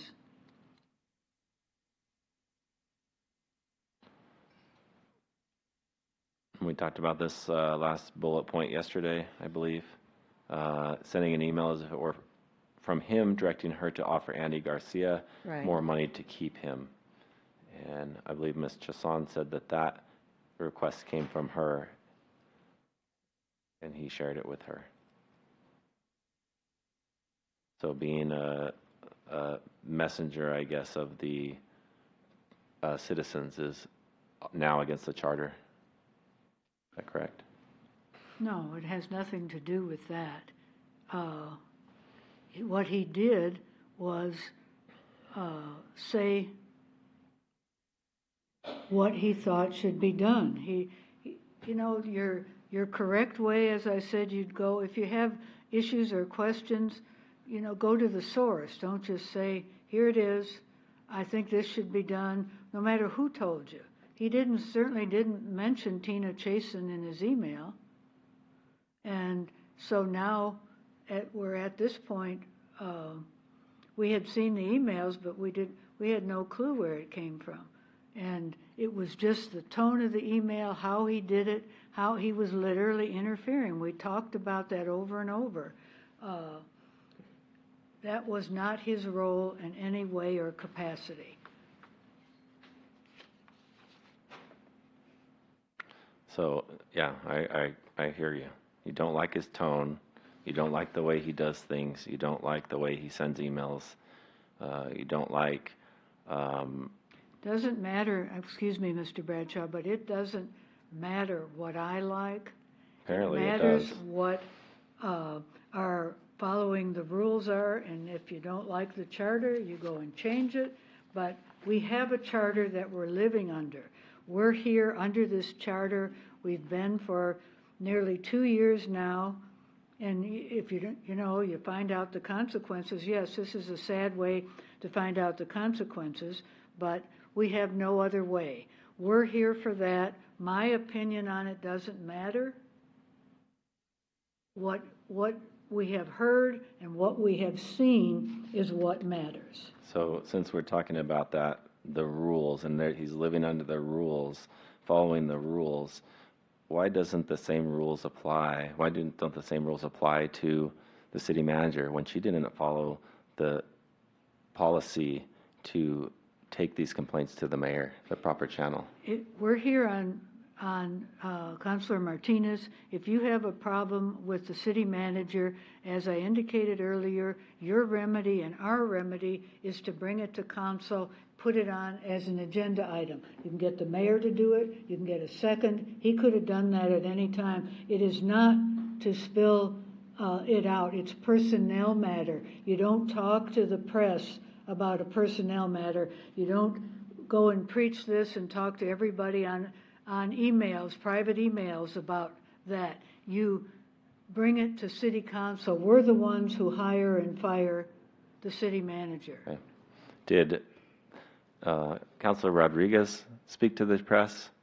Did Mr. Milan speak to the press?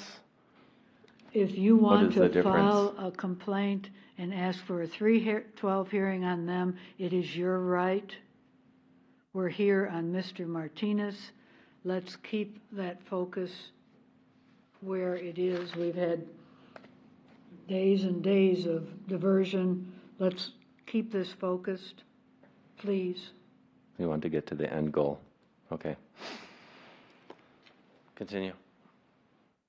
Well, we're finished with that section.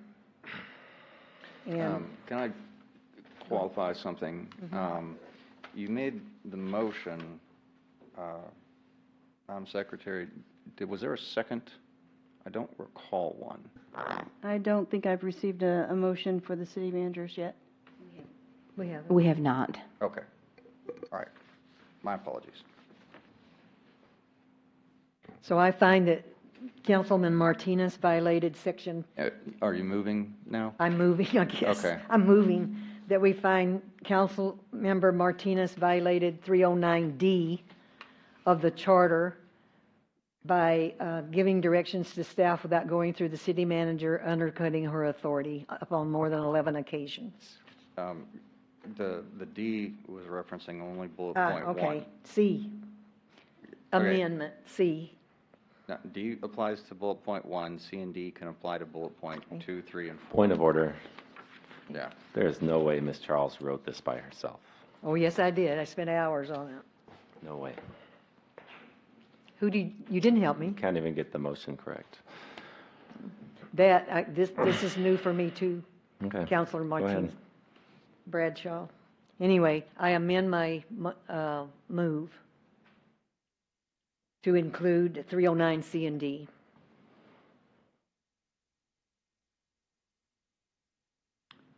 So, as a point of clarification, Ms. Charles, are you talking about your bullet points with 309D for the first bullet point and 309D and C for the others? Or C and D? Yes, yes. Thank you for clarifying that. And then I second it. Okay, we have an amended motion by Ms. Charles and an amended second by Ms. Alcacer to move that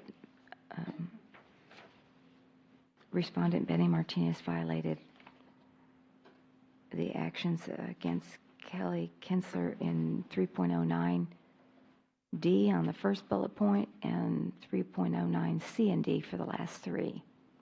Any further discussion? I just see, again, a lot of places where he said we should, Mr. Martinez said we should, and gave recommendations and asked questions of the city staff. I don't see anywhere where he gave direct orders or where he circumvented the city manager by not including her in these requests. Okay. Ms. Pasley, if you'll please call the roll. Counselor Charles, Yes. Counselor Alcacer, Yes. and Counselor Bradshaw. No. Motion carries 2 ayes and 1 nay.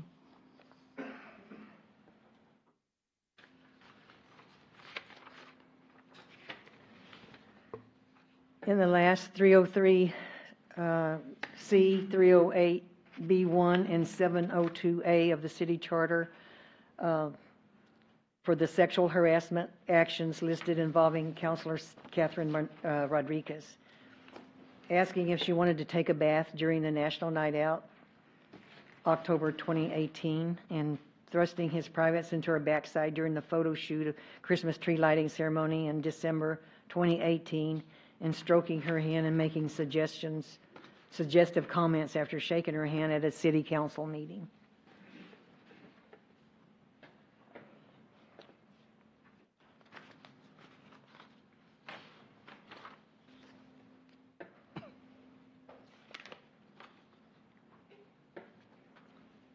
On the first bullet, there was testimony and 2 witnesses that overheard that statement.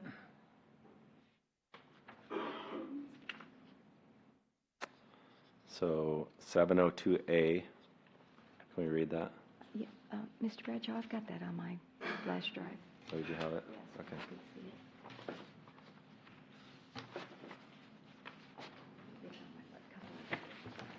Okay.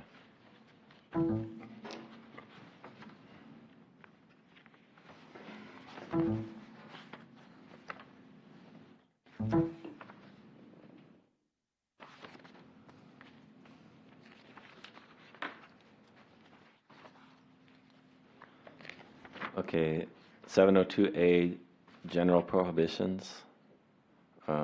No person shall be appointed to or removed from or any way favored or discriminated against with respect to any city position or appointed city administrative office because of race, national origin, sex, political or religious opinions or affiliations. So how did Mr. Martinez violate 702A? Discrimination. Discriminated against with sex, because of her sex, Because she's a female?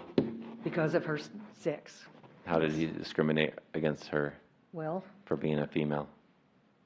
his sexual comment to her, do you want to take a bath? And Because she was female. how did that keep her from being appointed or removed or favored in any way from any position, any political position? It had no action on her seat on the council, did it? No. So how is it discrimination? It discriminated against her because of sex. Maybe Point of Mr. Henry could. clarification.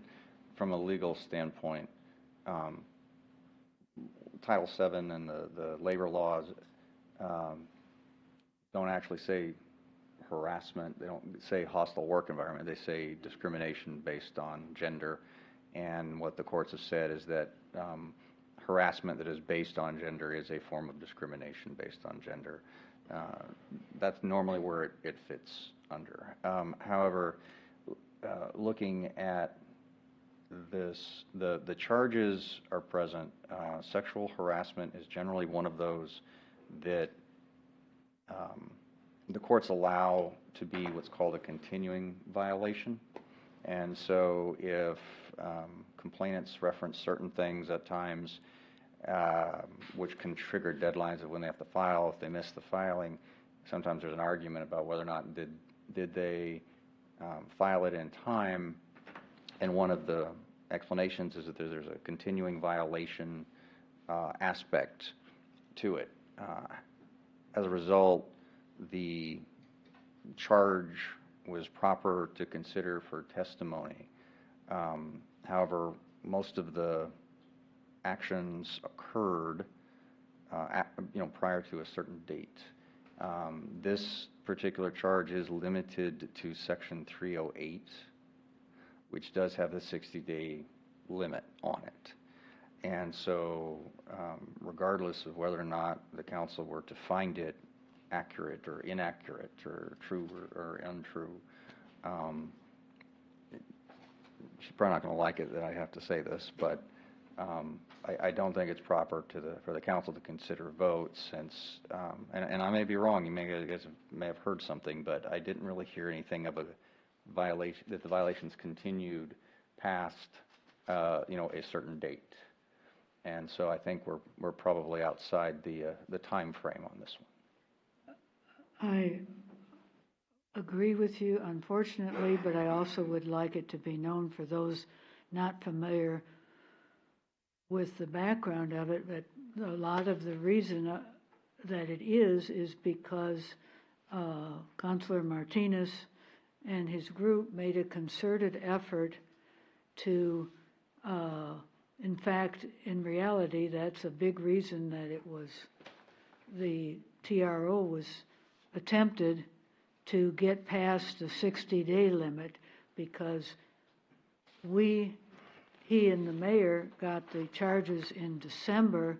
We never got them till March 15th, so the 60 days passed 2 months later, right about the time he went to court just before it, and because of going to court just before it, we were not able to have any meetings before the 60 days went by, and I agree that because of the way the city charter is written and what we have to abide by, that we cannot enforce anything under that regarding Ms.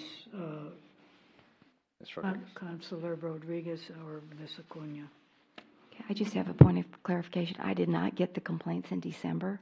I got them from Mr. Henry's office. It was like around February 15th when I finally actually got the actual complaints. So I did not get them You were earlier. fully aware, Mayor. I'm sorry. I was aware of what was going on, but I did not get the written complaints. Let me just say that, written complaints. The written complaints. Yeah, but that's what I mean. Got all the fact that they were complaints. So Yeah, we didn't I even got know that. Well, I was wondering, because I did ask Ms. Kinsler to set an executive session, and she was trying to call you and the other counselors for a date, and it just never ever happened. So I don't know what happened there, but on the let's see, it's getting late and I can't think after a certain hour. Regarding the TRO, in fact, I've got something on that.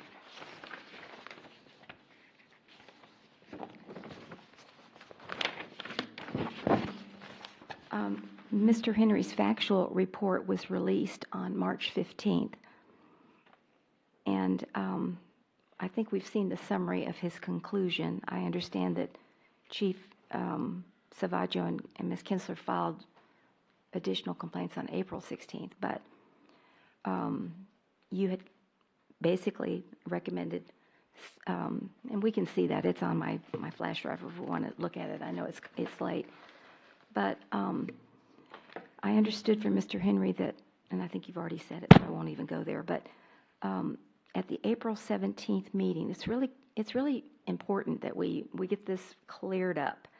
At the April 17th meeting, Councilor Jordan and Councilor Alcacer adopted a list of protocols for the 312 hearing that Mr. Henry had drawn up, and then they set the hearing for April 30th, the 312 hearing, which we've been in for, about 6 weeks now.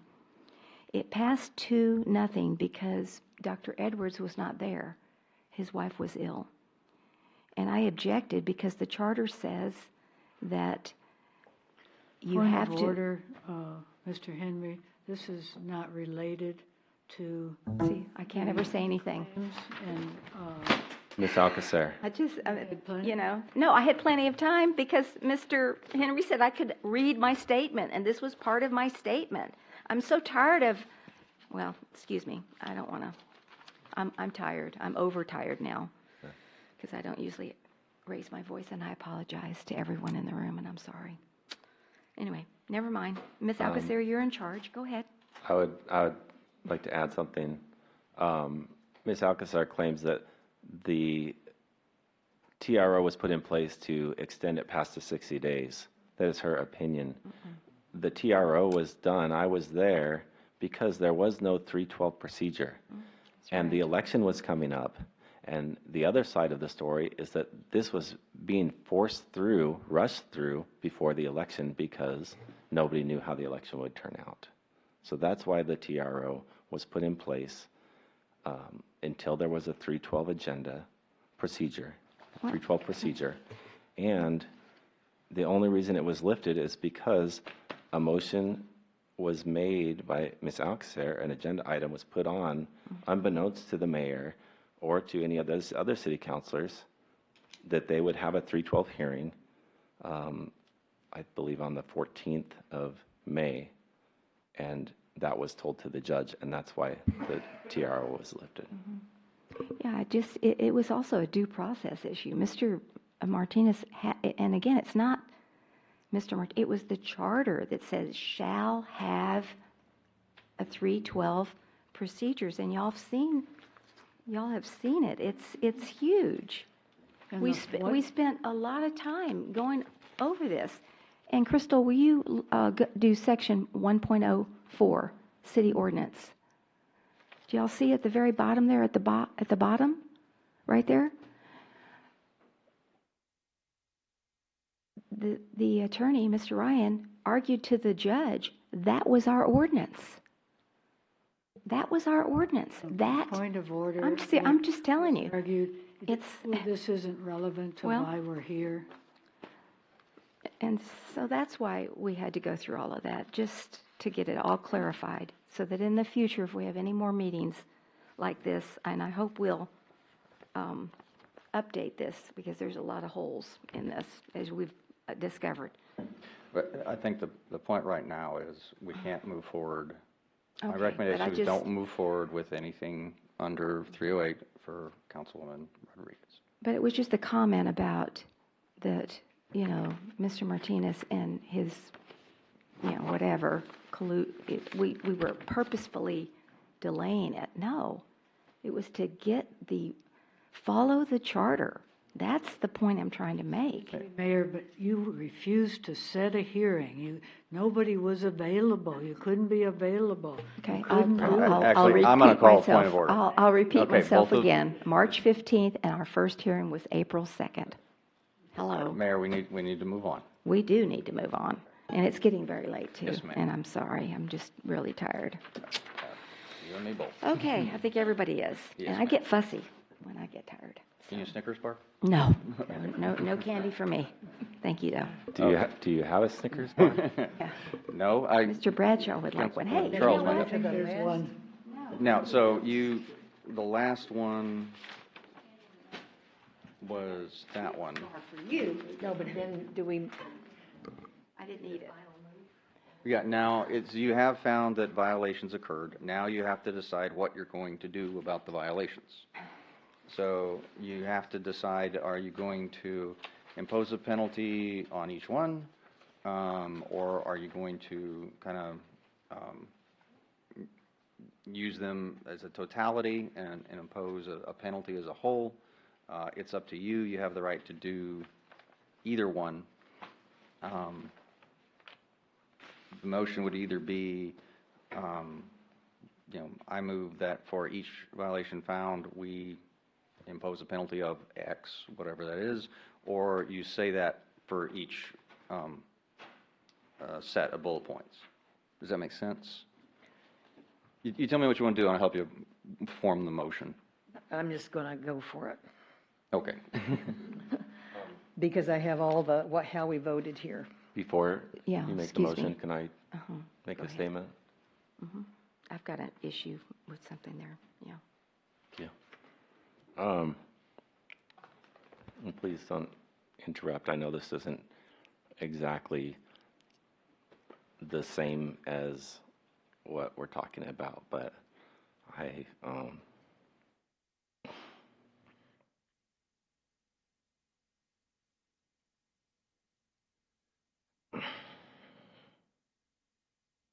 had a real hard time sleeping the other night, thinking about this case and how many hours that it's taken on, and the toll it's taken on the city council and on everybody on the city council and on the staff and on the citizens.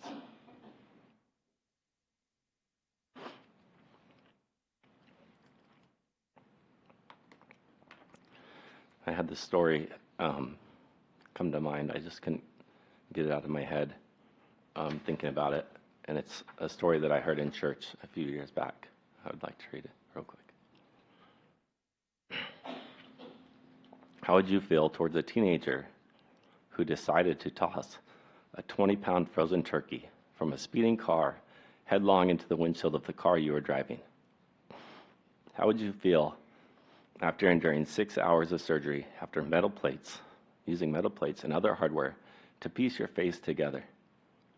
And after learning you still face years of therapy before returning to normal, and that you ought to feel lucky you didn't die or suffer permanent brain damage? And how would you feel after learning that your assailant and his buddies had the turkey in the first place because they had stolen a credit card and gone on a senseless shopping spree just for kicks? This is the kind of hideous crime that propels politicians to office on promises of getting tough on crime. It's the kind of thing that prompts legislators to climb all over each other in a struggle to be the first to introduce a bill that would add enhanced penalties for the use of frozen fowl in the commission of a crime. The New York Times quoted the district attorney as saying, "This is the sort of crime for which victims feel no punishment is harsh enough. Death doesn't even satisfy them," he said. Which is what makes what really happened so unusual. The victim, Victoria Rivolo, a 44-year-old former manager of a collections agency, was more interested in salvaging the life of her 19-year-old assailant, Ryan Cushing, than in exacting any sort of revenge. She pestered prosecutors for information about him, his life, how he was raised, etc. Then she insisted on offering him a plea deal. Cushing could serve 6 months in the county jail and be on probation for 5 years if he pleaded guilty to second-degree assault. Had he been convicted of first-degree assault, the charge most fitting for the crime, he could have served 25 years in prison, finally thrown back into society as a middle-aged man with no skills and no prospects. But this is only half the story. The rest of it, what happened that day, this all played out in court, is the truly remarkable part. According to an account in the New York Post, Cushing carefully and tentatively made his way to where Rivolo sat in the courtroom and tearfully whispered an apology. "I'm so sorry for what I did to you." Rivolo then stood, and the victim and her assailant embraced, weeping. She stroked his head and patted his back as he sobbed, and witnesses, including a Times reporter, heard her say, "It's okay. I just want you to make your life the best it can be." According to accounts, hardened prosecutors and even reporters were choking back tears. What a great story that is. Greater because it actually happened, that it happened in tough old New York, who can feel anything but admiration for this woman who forgave the young man who might have taken her life. Thank you. Just on the second bullet, asking if she wanted to take a bath with him. I know we've had it back and forth, but I thought on the original Point of complaint. order, Mayor, we've already Well, I just think it ought to be. discounted the fact that we aren't going to use that. Okay, I thought there was something that we were doing here. Okay. This I think the last charge you're saying Sorry. is all Yeah. wiped away, right? Yeah. All right, thank you. I'm sorry. See, I'm too tired. I can't process. Sorry. I would like to mention, however, the last charge, I don't think anyone should ever believe that sexual harassment is okay or would be condoned in the workplace. That is nothing in this day and age that we should be involved in or put up with. And that's my statement about that.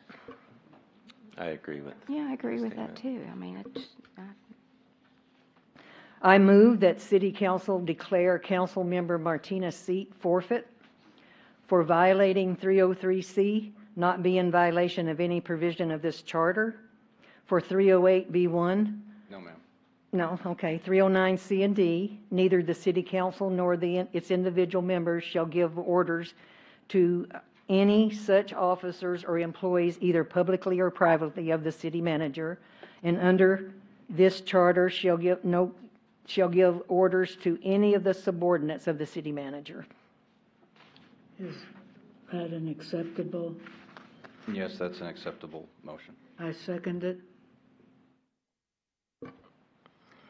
all right, we have a motion by Counselor Charles and a second by Counselor Alcacer to declare Counselor Benny Martinez's seat forfeited based on 3.09C and D, giving orders.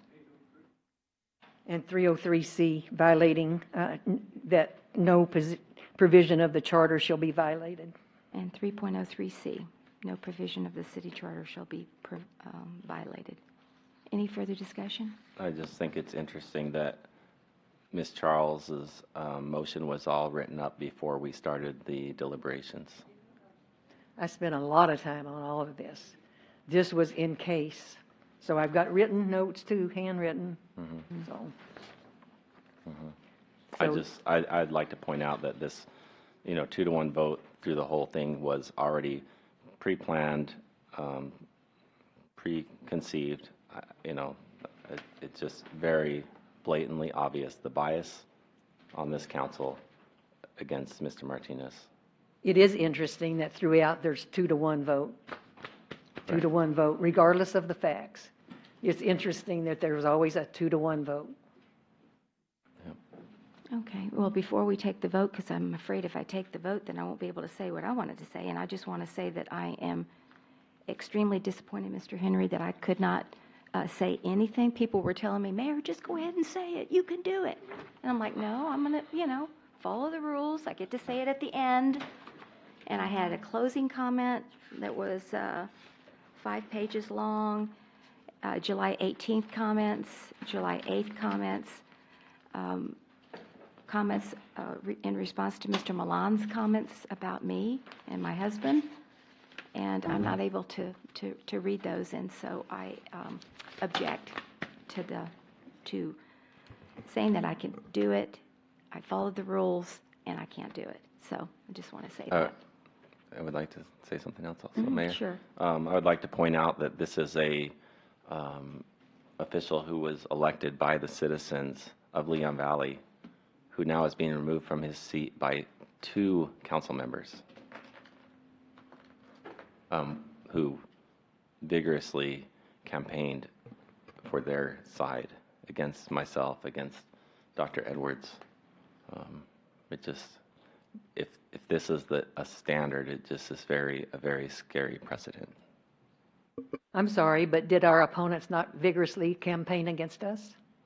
Yes, and Oh, some of excuse them me, won and some did a not. Point of order, call for the vote. Sorry, I'm not finished deliberating. I'm sorry. You can No, excuse me. I'm going to let him speak. ask for a point of I'm order. going to let him speak. Mr. Henry, Hey, let him speak. Come on. You're right. There was an election, and you won your seat, and I won my seat. But what didn't happen is my team, as the chief called it, is not looking for ways to circumvent the people's election, the choice that were made by the citizens. Councilwoman Alcazar has called for the vote. Ms. Bosley, if you'll please call the roll. Counselor Charles, Yes. Counselor Alcacer, Yes. and Counselor Bradshaw. No. Motion carries 2 ayes and 1 nay. Okay.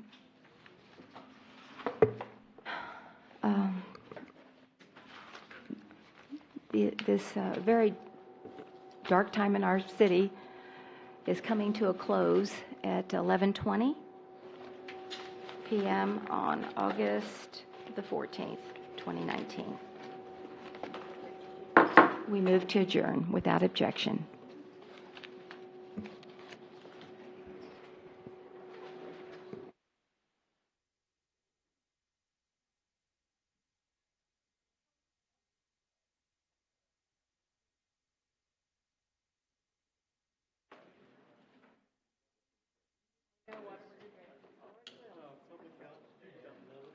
Every time I leave a council meeting.